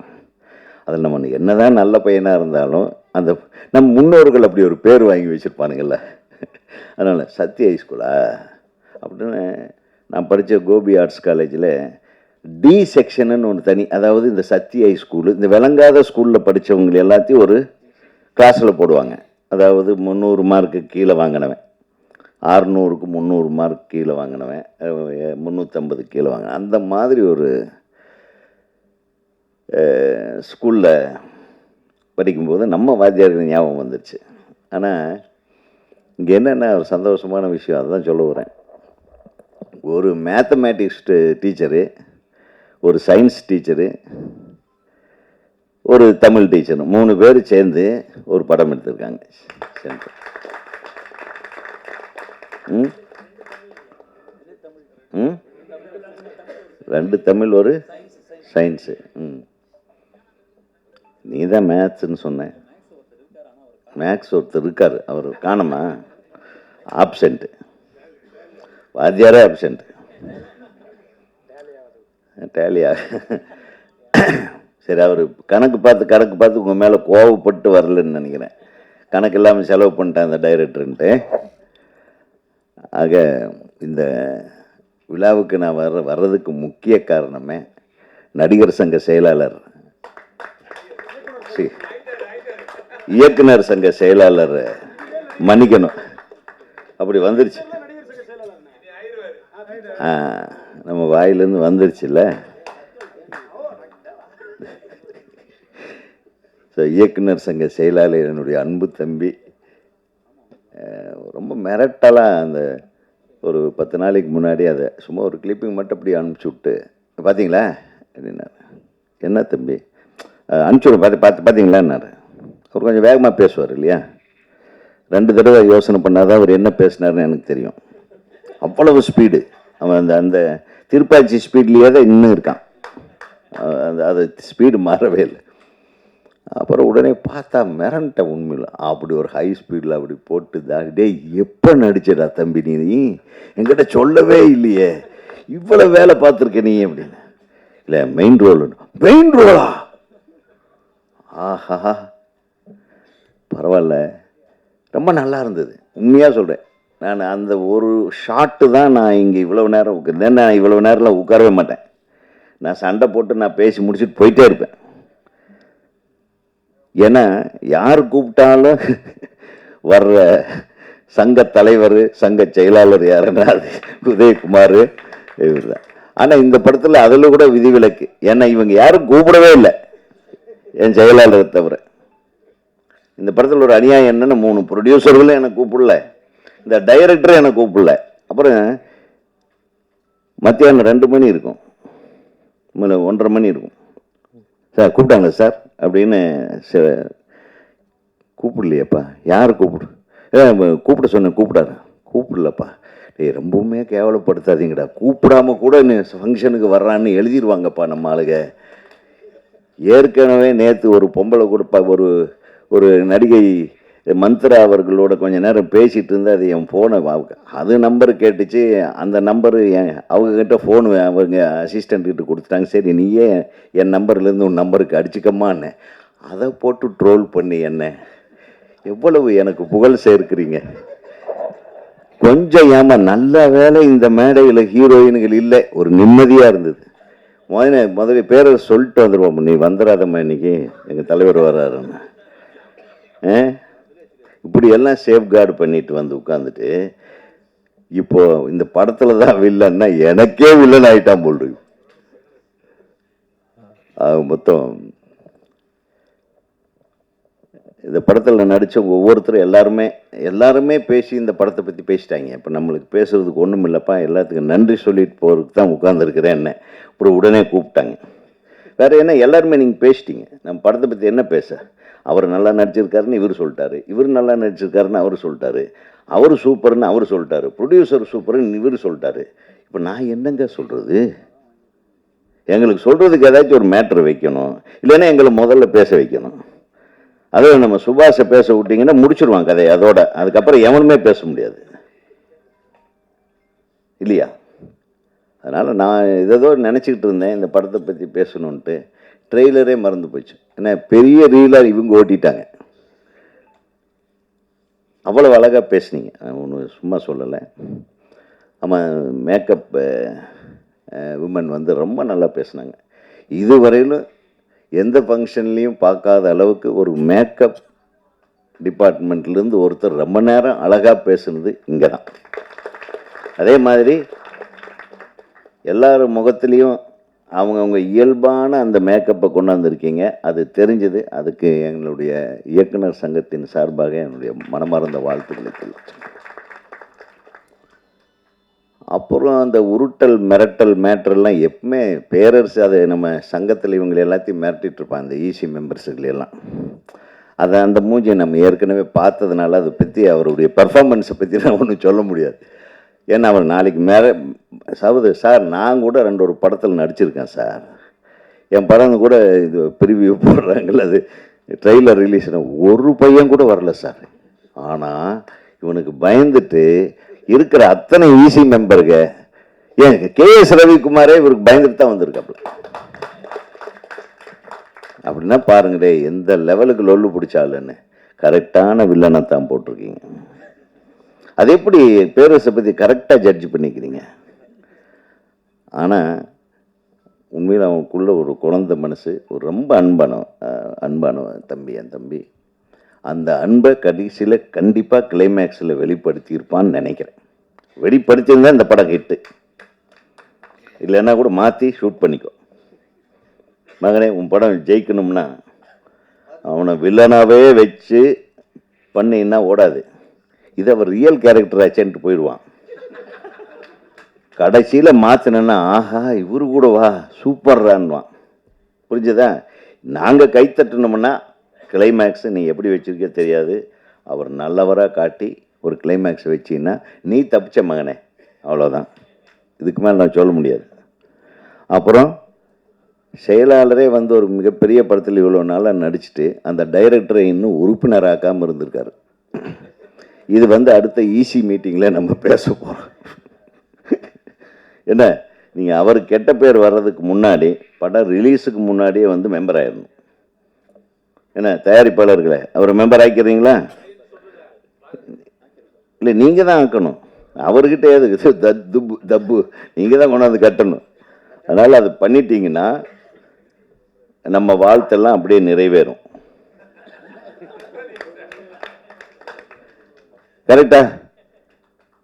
அதே மாதிரி பொதுவாகவே நம்ம பத்திரிகை நண்பர்கள் பாவம் இவ்வளவு நேரம் அமைதியாக உட்காந்து நான் பார்த்ததே இல்லை. ஆனால் வர்றவங்க போகிறவங்கெல்லாம் அவங்களுக்கு இவங்க என்னப்பா பண்ணுவாங்க, யாரோ ஒருத்தன் பண்ணதுக்கு. நீங்கள் அப்படியெல்லாம் பொதுவாக பேசக்கூடாது பத்திரிகையாளர்கள். இல்லை இருந்தாலும் கண்ணே, நானே சில டைமில் தயக்கமாக தான் பேசுவேன். ஏன்னா நம்ம கூட வாழ்ந்துட்டுருக்கிறவங்க, நம்ம கூட பயணப்படுகிற பத்திரிகையாளர்களை ஒரு சிலர்னு சொல்லிட்டு கூட அந்த தவறாக எழுதுகிறார்கள் அப்படின்றதோடு விட்டுருங்க. நம்ம அதை திருப்பி நீ பதிவு பண்ணாத அவங்க என்ன எழுதுனாங்கன்றது. அது அவங்க எழுதுறதை விட மோசம். திருப்பி நீ பதிவு பண்ணினா அது அவங்களுக்கு தெரியும் எதுக்கு என்னன்னு. இது படத்தினுடைய நான் உண்மையிலுமே ஒரு கம்யூனிஸ்ட் குடும்பத்திலேருந்து வந்தவன். சுபாஷுக்கு நல்லா தெரியும். என்னுடைய வாழ்க்கையை ஆரம்பித்ததே பாலன் இல்லத்தில் தான் ஆரம்பித்தது. நான் சென்ட்ரல்லேருந்து இறங்கி நேராக போய் இட்லி சாப்பிட்ட இடம் பாலன் இல்லம் தான். என்னை கொஞ்சம் ஒரே ஆள் யாருன்னா நல்லக்கண்ணையா. ஸோ அவர் தான் எனக்கு அப்பா மாதிரி. அங்கே நிறைய பேர் அவரை பற்றி நல்லக்கண்ணையாவை பற்றி பண்ணி எனக்கு தெரிந்த அளவுக்கு கம்யூனிஸ்டுகளுக்கே நிறைய பேர்த்துக்கு அவரை பற்றி தெரியாது. அது ஒரு கதை, பழைய கதை அது. ஆக என்னுடைய வாழ்க்கையில் நடந்த எல்லா விஷயங்களையும் நான் என்னென்னலாம் நினச்சிக்கிட்டு இருந்தனோ, எப்படியெல்லாம் வாழ்க்கையில் சக்ஸஸ் ஆகணும்னு நினச்சனோ, போய் ஒரு இடத்துல மில்லில் வேலைக்கு சேர்ந்தாவது நம்ம சம்பாதிக்கணும்னு நினச்சனோ, அதெல்லாம் இதில் இருக்குது. நான் இங்கே வர்றதுக்கு முன்னாடி ஒரு குடும்பத்தை காப்பாற்றுவதற்காக ஒரு இளைஞன் என்னென்னலாம் திங்க் பண்ணுவான். ஒரு மாதம் ஒரு 300 ரூபா கிடைச்சா கூட போதும். அந்த காலத்தில் 300 ரூபா சம்பளம் வாங்குறவன் பெரிய பணக்காரன் தெரியுமா உங்களுக்கு? 80s, 70s, 75, 76 எல்லாம். அப்போல்லாம் ஒரு சைக்கிளை வச்சுட்டு அந்த மில்லுக்கு போகிற யூனிஃபார்மை போட்டு கோயம்புத்தூரில் அப்படி போவாங்க. காலங்காத்தால் பார்த்தீங்கன்னா ஒரு 6:30 மணிக்கு மில்லுக்கு வேலைக்கு போகிறவங்கெல்லாம் ஒரு யூனிஃபார்ம் போட்டு போனாங்கன்னா அவங்களுக்கு பொண்ணு கொடுக்குறதுக்கு ரெடியாக இருப்பாங்க. அவங்களுக்கு சம்பளம் என்னென்னா ஒரு 450 ரூபா மாதம். அது போக வருஷம் போனஸ் கொடுப்பாங்க. அது ஒரு 3 மடங்கு போனஸு. அதுக்காகவே பொண்ணு கொடுப்பாங்க சார். நான் வந்து இங்கே சினிமா மாங்குன்னு சினிமா டைரக்ட் பண்ணி படத்தை முடிக்க போகிறேன், பொண்ணு கேட்டேன் அவனும் கொடுக்க மாட்டேன்டான். உண்மையிலும். ஸோ சினிமாக்காரனை ஏளனம் செய்வதற்கு இந்த நாடே காத்து கொண்டிருக்கிறது. சொன்னாங்க சினிமாக்காரன் ஏன் வந்து அரசியலுக்கு வரக்கூடாது? வரணும். ஏன் வரக்கூடாது சார்? அரசியலில் இருக்கிறவங்க எல்லாருமே இன்னைக்கு ஞானிகள் கிடையாது. எல்லாம் விவரமானவங்க தான் அரசியலுக்கு வர்றாங்க. காய் நகர்த்துறவங்க தான் அரசியலுக்கு வர்றாங்க. காய் நகர்த்தலைன்னா அரசியலில் அவங்க பருப்பு வேகாது. யாராக இருந்தாலும் சரி, அறிஞனாக இருந்தாலும் சரி, முட்டாளாக இருந்தாலும் சரி. பல சமயம் முட்டாள்கள் தலைவர்களாகிவிடும் பல சமயத்தில். ஆனால் அறிவாளி தான் ஜெயிப்பான். அதனால் அரசியல் என்பது சினிமாக்காரன் இல்லை, நாடகத்தில் நடிக்கிறவன்றது இல்லை, சாதாரண தொழிலாளி அல்ல, மூட்டை தூக்குறவங்கள, டீ கடை வச்சுருக்கிறவங்க இல்லை, யார் வேணாலும் அரசியலுக்கு வரலாம். யார் வேணாலும் வரலாம். அது இந்த நாட்டோட சுதந்திரம், இந்த சுதந்திர இந்தியாவோட இது. தயவு பண்ணி அந்த மாதிரி தப்பான இதுகளை யாரும் பேசாது. யார் வேணாலும் வரலாம். அவங்க வந்த கடைசியில் அவங்க சரியான அரசியல் செய்கிறார்களா அப்படின்றது நீங்கள் பார்த்து அது உங்களுடைய விருப்பம். நீங்கள் வாக்களிக்கிறதும் வாக்களிக்காதும் உங்களுடைய விருப்பம், என்னுடைய விருப்பம். என்ன சொல்கிறீங்க? தயவு பண்ணி அரசியல்வாதிக்குன்னு ஒரு தகுதியை யாருமே நிர்ணயிக்க முடியாது. எப்படி திரைப்பட இயக்குனருக்கு ஒரு தகுதியை, ஒரு நடிகனுக்கு ஒரு தகுதியை நீங்கள் நிர்ணயிப்பது இல்லையோ, அந்த மாதிரி அரசியல்வாதிக்கும் தகுதியை நிர்ணயிக்க வேண்டும் அவசியம் இல்லை. யாருக்குமே தகுதி அவர்களுடைய வெற்றியை பொறுத்து தான் தகுதி நிர்ணயம் செய்யப்படுகிறது.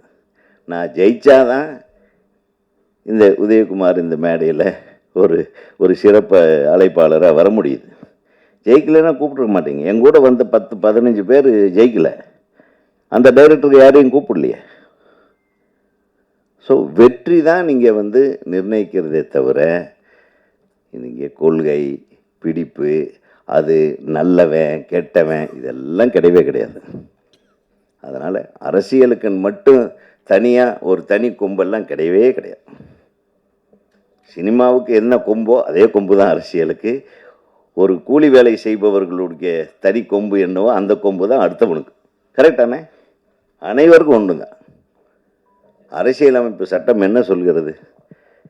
இந்திய நாட்டின் பிரஜைகள் யார் வேண்டுமானாலும் வாக்களிக்கலாம், யாருக்கு வேண்டுமென்றாலும் வாக்களிக்கலாம். அதுதான். அதே மாதிரி பேசுகிறேன். அது கரெக்டு. நீங்கள் அண்ணன் அதை நம்ம சொல்லலாம். நீங்கள் சமூக சிக்கலை தெரிந்தவர்கள், இப்போ திருமாவளவன் மாதிரி ஆட்கள், சரி எனக்கு தெரியாதான்னு இன்னொரு கட்சிக்காரன் கேட்பான். அதுதான் பிரச்சனையே.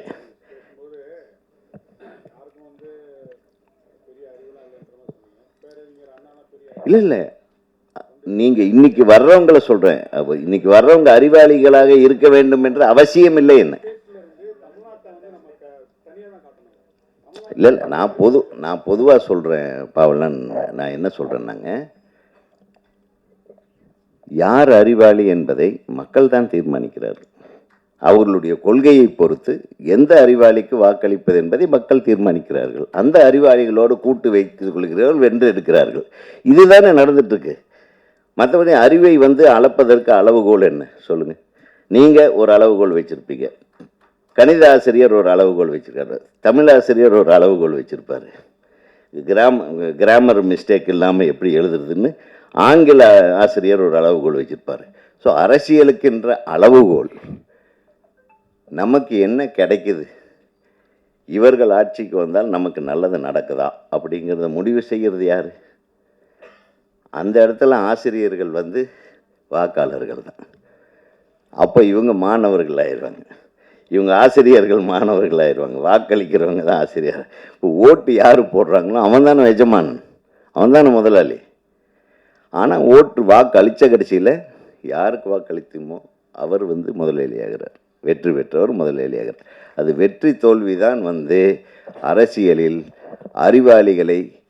அறிவாளிகள் இல்லாதவர்களையோ அடையாளம் காட்டுவது இந்த விரல் தான், அந்த வாக்கு தான். அதுதான் உண்மை. அது நான் வந்து மற்றவங்களை யாரையும் குறை சொல்லலை. நீங்கள் அது அவன் அதிர்ஷ்டம். அது அதிர்ஷ்டம்னே. உழைக்காமல் யாருமே சினிமாவில் ஜெயிச்சது கிடையாது. எப்படி இப்போ இவர் டைரக்ட் பண்ணாமல் நீங்கள் வந்து இவர் வரலாமே. அதை அவங்க புரிஞ்சுக்கணும். அது இவங்க புரிஞ்சுக்குவாங்கல்ல. நான் என்ன சொல்கிறேன், நீங்கள்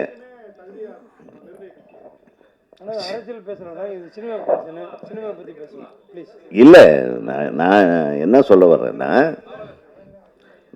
வர்றேன்னா, அரசியல் யாருக்கு வேணுமென்னாலும் அரசியலில் வரலாம்னு சொல்கிறேன். சினிமாக்காரங்களுக்கு வரக்கூடாதுன்றது சொல்கிறதுக்கு யாருக்குமே எந்த இதுவும் கிடையாது என்பதை நான் இங்கே தெரிவிக்கிறேன். நான் ஒரு சினிமாக்காரன்றதுக்காக கூட சொல்கிறேன்னு வச்சுக்கலாம்.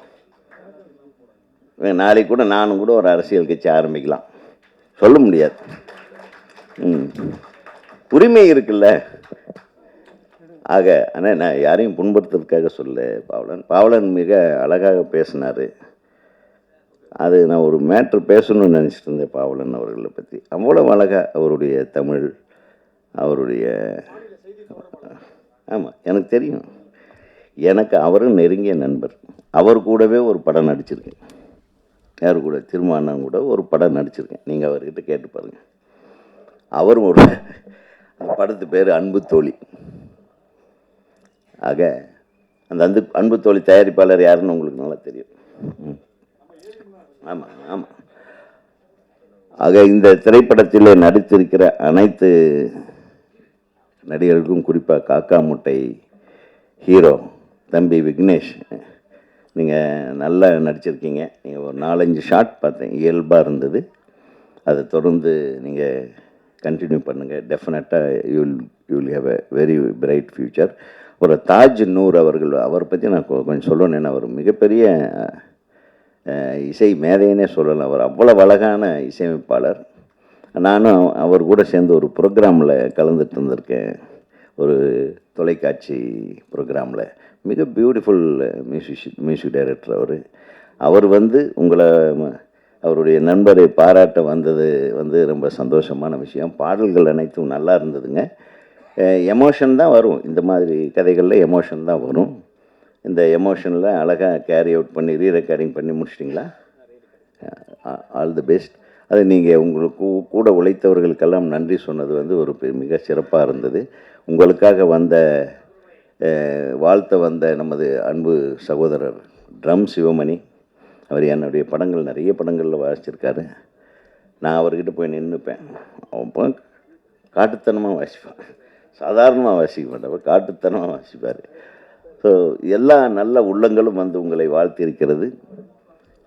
குறிப்பாக இயக்குனரை நான் சொல்லாமல் விட்டுறக்கூடாது. தம்பி, நீங்கள் முதல் படத்திலேயே ஒரு மிகச்சிறப்பான ஒரு கதை அம்சத்தை எடுத்திருக்கீங்க. இந்த கதை அம்சம் நிச்சயமாக உங்களுக்கு ஒரு நல்ல வளமான வாழ்க்கையும் நல்ல பெயரையும் பெற்றுத்தரும் என்று நம்பிக்கையோடு உங்களை அனைவரையும் வாழ்த்தி விடைபெறுகிறேன். நன்றி, வணக்கம். அனைவருக்கும் வணக்கம். நான் சீக்கிரமாக முடிச்சிடுறேன். ஏன்னா இது வந்து அவங்களுக்கான மேடை. பணம் முதலீடு பண்ணி உழைச்சிருக்காங்க, அவங்க மனசை விட்டு பேசுறதுக்கு வேண்டிய மேடை இது. அதனால் தயாரிப்பாளர்கள் நம்ம அதிக நேரம் பேசிக்க நினைக்கலாம், தவிர பேசி ஆகணும். இது அவங்களுக்கான மேடை தான். அது அவங்களோட விழா. அது அதை கொஞ்சம் பொறுமையாக கேட்க வேண்டியது நம்முடைய கடமை.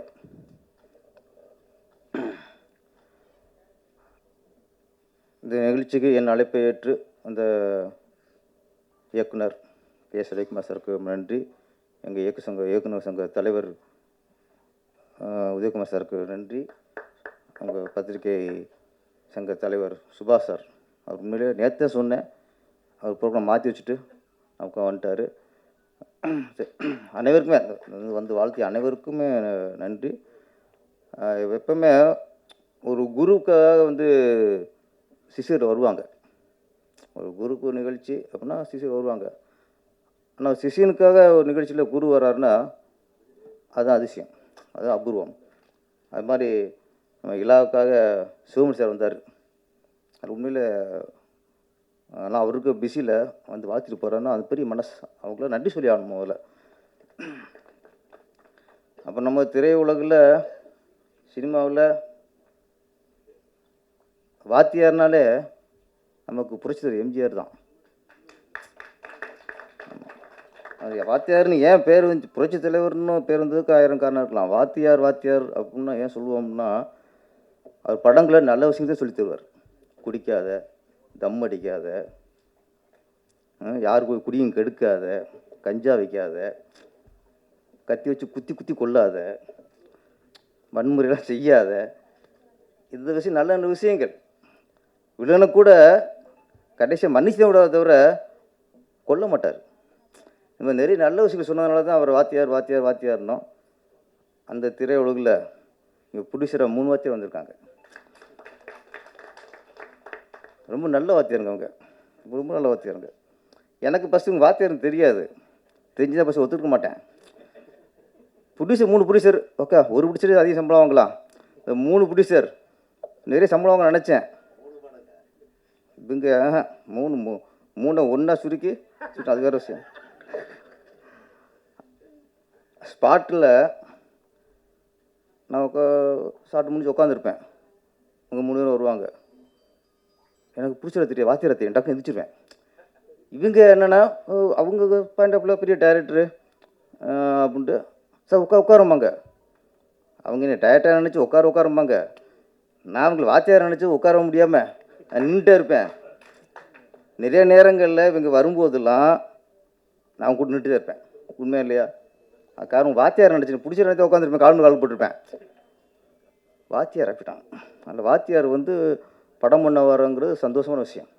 அதனால நல்ல வாத்தியாராக இருக்காங்க. இயக்குனர் பாரதி சிவலிங்கம், இவர் தான் குணாசை தான் கூப்பிட்டு வந்தார். அவன் ஃபஸ்ட்டு சொல்லும்போதே ஒரு நெகட்டிவ் காட்டினாங்க, கொலையெல்லாம் பண்ணணுமாங்க. என்னடா அது நம்ம எப்படா அப்படின்ட்டு ஃபஸ்ட்டு கொஞ்சம் தவிர்த்தேன். அப்புறம் திருப்பி ஸ்கிரிப்ட் கொஞ்சம் ஃபுல்லாக கேளுங்க சார். நாங்கள் கதை சொல்லும்போது ஒரு ஃபீல் இருந்துச்சு கதையில், ஒரு நல்ல விஷயம், கண்டென்ட்டு நல்லா இருந்துச்சு. ஓகே, இதில் வந்து நம்ம நல்லவனா கெட்டவனா தேவையில்லை, கதை நல்ல கதை, நம்ம அதில் பண்ணுவோம். ஏன்னா அவர் கதை சொல்லும்போது ஒரு இந்த வறுமையில் வாடுவாங்கள்ல, ஊரில் நிறைய பார்த்துருக்கேன். படிக்கிற பசங்க, படிக்கிற பொம்பளை பிள்ளைகள்லாம் இந்த லீவில் எங்கள் ஊரில் வந்து முந்திரி தோப்பு ஜாஸ்தியாக இருக்கும். படித்து முடிஞ்சோன்னா முந்திரி தோப்புக்கு போயிட்டு அந்த முந்திரி பழம் பிடுங்குறது, பிள்ளைங்க முந்திரி பழத்தையும் கொட்டையும் தனியாக பிரித்து வைக்கிறது. இது அதில் எடை போட்டு காசு கொடுப்பாங்க. அதுக்கு ஒரு குரூப்பு போயிடும். அப்புறம் எங்கள் ஊரில் ஒரு பஞ்சு மில் இருந்துச்சு, அங்கேயும் வேலைக்கு போவாங்க. இப்போ நிறைய பொம்பளை பசங்களும் அங்கே தான் போவாங்க. அது டக்குன்னு மைண்டில் வந்துச்சு, ஓகே நம்ம பார்த்து ஒரு வாழ்வியல் மேட்ரு அப்படின்ட்டு. சரி ஓகே. அப்புறம் சாங்கெலாம் போட்டு கேட்கும்போது இது ஒரு ஜாதி படமாக இருக்குமோன்னு தோணுச்சு எனக்கு சாங் கேட்கும்போது. அப்புறம் கதை கேட்கும்போது இல்லை. ஆனால் இந்த படத்தை பொறுத்த வரைக்கும் என்னென்னா, விளிம்பு நிலை அந்த இனத்தை சேர்ந்த ஒரு கதை தான். ஒரு ஜாதியின் வழி சொல்கிற கதை தான். இன்னொரு ஜாதியினருக்கு வழியை கொடுக்கக்கூடிய கதை இல்லை. அதுதான் நான் எதிர்பார்த்தேன். எல்லா ஜாதி படம் நிறைய எடுக்கலாம். அந்த ஜாதி கலாச்சாரம், அந்த ஜாதி பண்பாடு, அந்த ஜாதியில் உள்ள சிக்கல்கள், அந்த ஜாதியில் உள்ள பிரச்சனைகள், இது சொல்லணும். அதான் சமூகத்துக்கு தெரியும். ஆனால் இன்னொரு ஜாதி சொல்லக்கூடாது. நம்ம ஜாதியோட வழி சொல்கிறதுனால இன்னொரு ஜாதிக்கு வழி கொடுக்கக்கூடாது. அது பெரிய கொடுமை. அது சினிமாவில் வந்து செய்யும்போது அது கலைத்துறைக்க பண்ணுற துரோகம். அது பிரிவினை உண்டாக்கிறோம். அது அந்த விஷயத்தில் தான் நான் பாரதி சிவலிங்கத்தை மனசார பாராட்டுறேன். விளிம்பு நிலை மக்கள்னு சொல்லுவாரே தவிர அது சார்ந்த கதை, அவ்வளோதான். அது சார்ந்த கதை தான். அந்த விளிம்பை தாண்டலை. அவர் விளிம்பு நிலையை தாண்டலை. அது கரெக்டாக கையாண்டிருக்கார். நீங்கள் ஃபஸ்ட்டு ஒரு சாங் பார்க்கும்போது அது தோணும், ஆனால் அதுக்காக அதில் வந்து படத்தில் இருக்காது. அழகாக அந்த லிமிட்டை தாண்டாமல் யாரையும் மனசையும் புண்படுத்தாமல் அழகாக பண்ணியிருக்கார். பாராட்டுகள் பாரதி சிவலிங்கம். அப்புறம் இதில் கதாநாயகன் காக்கா முட்டை விக்னேஷ், அவர் நிறைய விஷயத்த நம்ம நம்ம முட்டையை உடச்சி ஆம்லெட் போடுவோம். ஆனால் காக்கா முட்டை அது பல விஷயத்தை உடச்சிருச்சு. இன்னும் நிறைய விஷயத்தை உடச்சது இங்கே தெரியுது. எனக்கு லாஸ்ட் மினிட் எல்லாம் பண்ணாங்க. நானும் கேட்டுகிட்டே நோண்டி வாங்கிட்டேன். நீங்கள் பண்ணலை. டீல் ரெடி ஆகிடுச்சா எப்போ நான் கேட்டே இருப்பேன். சார் அந்தான் பாரு 10 வருடம் பண்ணதுக்கப்புறம் இந்த ஆள் தொல்லை தாங்க முடியலையே, உன்னை அனுப்பி தொலைவோம் அப்படின்னு நான் பார்த்தேனே தவிர, நானும் ரொம்ப கொஞ்சம் ஒரு அடிப்பு கொடுத்தேன். நீங்கள் காக்கா மட்டும் அடை கற்றுட்டிய. நீங்கள் அடகக்கூடாது, திருப்பாச்சி வர மாதிரி ஆர்வம் தூக்கணும் ஹீரோனா. ஓகே, அது கொஞ்சம் பண்ணணும். நம்மளால் ஒதுங்கிறது சொல்லி ஒதுக்கிறாங்க நம்மளை. அதனால் நீங்கள் இது அவர் ரொம்ப ஃபீல் பண்ணிட்டார், எதுவுமே ஹீரோக்கு தெரியலன்ட்டு. இது இன்னைக்கு நீங்கள் பாடம் கற்றுருப்பிய ஹீரோனா எப்படி இருக்குன்னுட்டு. பெரிய ஹீரோ ஆயிருங்க. அப்புறம் அந்த தர்ஷன் அப்பா நடித்த ராஜா சார் அவர் அவார்டு வாங்குற ஒரு ஆக்டராக இருக்கார். அவ்வளோ இயல்பான ஒரு ஆக்டிங். அவர் தர்ஷன் வந்து படம் பார்த்ததுக்கப்புறம் தெரியுது என்ன தூக்கி சாப்பிட்டார் அவர். நான் தான் மிரட்டலும் பார்த்து அவர் என்னோட மிரட்டிருக்கார் அவர். அப்புறம் குணா சார், குணா வந்து இவ்வளோ பேசினார்ல, படம் பார்த்தா நமக்கு திருப்தியாக இருக்கும். என்ன சொன்னார்ல, போட்டு தாக்கிட்டாங்கன்ட்டு இவ்வளோ பேசினார்ல, அதுக்காக நீங்கள் நல்ல இது ரிவ்யூ எழுதணும். குணா நல்லா பண்ணார், குணாவுக்கு கரெக்டான முடிவு. என்ன பேரரசு அந்த குணாவை அடி ரொம்ப ரொம்ப ரசிக்க மாதிரி இருந்துச்சு, பாராட்டுற மாதிரி இருந்துச்சு, எழுதணும். என்ன குணாதான் ஆமாம். சென்ட்ரல் எல்லாம் அதை சொல்லிட்டாங்க. டைம் ஆச்சுனால சீக்கிரம் கொஞ்சம் முடிச்சிடுவோம். பத்திரிக்கையாளர்கள் ஒன்றே ஒன்று தான், பெரிய படங்கள் பெரிய மாஸ் ஹீரோவுக்கு வந்து சப்போர்ட் யாருன்னா அவங்க ரசிகர்கள். 200 கோடி 300 கோடி சம்பளம் வாங்குறாங்கல்ல, அவங்களுக்கெல்லாம் சப்போர்ட் யாருன்னா அவங்க ரசிகர்கள். இந்த மாதிரி சின்ன படங்களுக்கு சப்போர்ட் யாருன்னா நீங்கள் தான். கோடி ரசிகர்கள் உள்ள நடிகரை விட உங்கள் சப்போர்ட் இருக்க படங்கள் மிகப்பெரிய வெற்றி அடையும். இது மாதிரி இந்த படத்துக்கும் சப்போர்ட் பண்ணுங்கள். எனக்கு சில நடி சொல்லி ஆனோம், நான் நீங்கள் நடிச்சிட்டேன்ல படத்தில் சிறப்பு இருந்துன்னா ஓடி போயிடுவேன். நான் வந்து மேக்கப்போட உட்காந்துட்டு படம் பயங்கர டெரர் கேரக்டரு, வில்லன் கேரக்டரு, இதுவே எனக்கு தாங்குமான்னு எனக்கு ஒரு யோசனை. பேரரசனா என்ன பண்ணுவாங்க, ஒரு சாஃப்டாக இருப்பார். உதயகுமார் சிறுமாரெலாம் நம்பிடாதிய, அங்கே வில்லன் அவர் தான். இயக்குனர் சங்கத்தில் வந்து அந்த பாஸ் சொல்லுவாங்கள்ல, அந்த பழைய எம்ஜிஆர் படத்தில் வந்து முகமுடி போட்டுப்பார், யார் யாரும் தெரியாது, கடைசியாக பற்றி தெரியும், அசோகன் தெரியும், கடைசியாக நம்பியாரும் தெரியும். ஆனால் நம்ம நினச்சிக்கிருப்போம் மனோகரா இருப்பாரோ, இவரை தேங்காய் சீனிவாசன் எப்போ நினச்சிக்கிருப்போம், கடைசி வேற ஆள் இருப்போம். அது மாதிரி அவர் சொல்கிறதுலாம் தேங்காய் சீனிவாசன் அப்படின்னு காட்டிக்கிருக்காரு. மெயின் பாஸ் அதுதான். என்ன அதனால் நான் ரொம்ப சாது. அங்கே கேட்டு பாருங்கள், ஈசி மெம்பர்லாம் வந்திருக்காங்க இங்கே சாட்சி. ஆமாம்ல, ஆமாம் சாது. உட்காந்துட்டேன். எனக்கு இப்படியா நம்மளை ஒத்துக்க. நான் வந்து ஒரு மேக்கப் மேன் வருவார் அப்படின்னு வச்சுருக்கேன். பார்த்தா மேக்கப் உமன். அவங்க இப்போ என்ன இவங்க சார் அவங்க மேக்கப் போட போகிறாங்க. எனக்கு ஷாக் ஆகி போச்சு. நம்மளே மென்மையாக இருக்கோம், எப்படி மாற்றணும்னு நினைக்கிறோம். என்ன லேடி வந்து இப்படி போட போகிறாங்க. நான் பார்த்தேன், எனக்கு கொஞ்சம் இதாகிடுச்சு. நம்ம அங்கே போய் ஒன்று சொல்ல முடியாதுல்ல. பார்த்தேன், ஒன்றே சொன்னேன், வேறு ரிக்வெஸ்ட் பண்ணல, நம்பி உட்காந்துட்டேன். அம்மா நான் பேரரசுன்னு தெரியக்கூடாது. என்ன சார் இப்படி சொல்றியா, டப்புன்னு பார்த்து பேர தெரியக்கூடாது, என்ன பண்ணிங்க, முடியெல்லாம் எப்போ ஹேர் ஸ்டைல் இருக்கக்கூடாது என்ன அப்படின்னு உட்காந்துட்டேன். அவங்க சரி ஏதோ இந்த இவ்வளவு இதாக சொல்கிறாப்புலன்ட்டு அவங்க திறமையாக காட்டிட்டாங்க. நம்மளை எப்படி கொடூரமாலாம் போட்டு பண்ணணும். அங்கங்கே வெள்ளையெல்லாம் தடவி இந்த பாருங்க பாவம். எனக்கு பார்த்தா பாவமாக இருக்குது. ஏன்னா இவ்வளோ போட்டு இவ்வளோ கொடுமைப்படுத்திருக்காங்கட்டு என்ன போட்டு அந்த நான் எப்போ ஊதி வைப்பேன்ல வெளில அதை அழிச்சிட்டாங்க.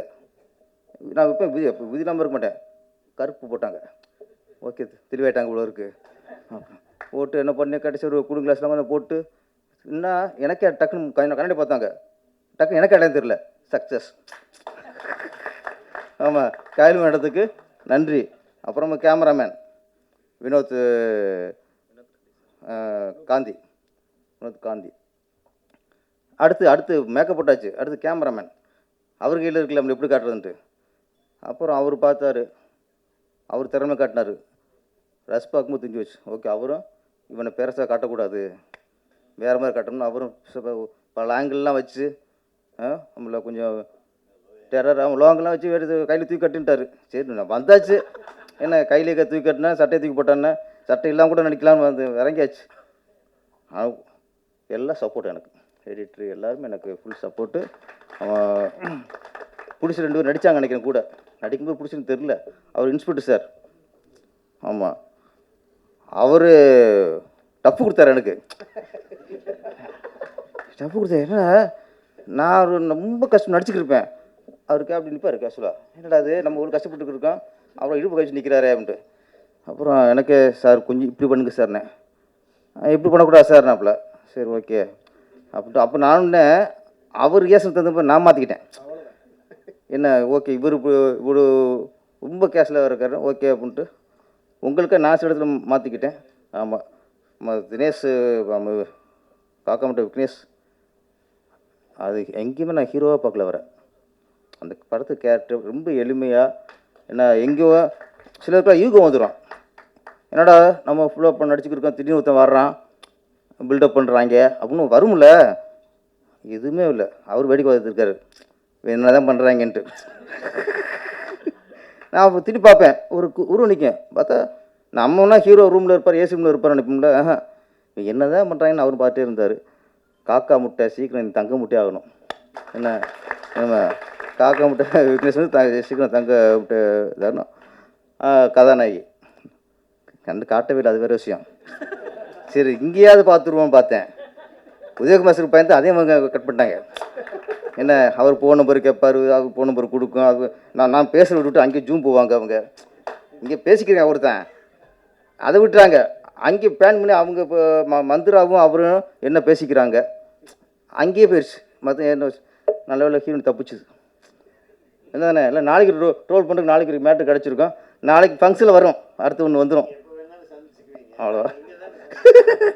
அதனால் ஹீரோயின் அங்கேயும் காட்டல இங்கேயும் காட்டல, ஆனால் கேமராவும் நல்லா கட்டியிருக்கார், ரொம்ப ஹோம்லியாக அழகாக. ரொம்ப நாளைக்கு அப்புறம் நல்ல ஒரு சோபா மாதிரி, ஒரு பழைய சோபா இருக்காங்களே அந்த மாதிரி ஒரு ஃபேஸ். இந்த படம் சென்ட்ரல் மிகப்பெரிய வெற்றி அடைந்து பாரதி மகாகவி பாரதி மாதிரி நான் நாடெல்லாம் பேச போகிற அளவுக்கு இயக்குனராக வரணும். ப்ரொடியூசர் வாத்தியார்லாம் அடுத்து வந்து செம்மத்தியை சம்பாதிச்சு இன்னும் கேசியர் ஆயிடணும். அடுத்த எல்லாம் நடித்த டெக்னீஷியன்கள் எல்லோரும் அடுத்த படத்தில் எங்கள் உதயகுமார் சாரை நடிக்க வச்சுருக்க, இல்லைன்னா சங்கத்தில் பெரிய பிரச்சனை வந்துடும். நன்றி, வணக்கம்.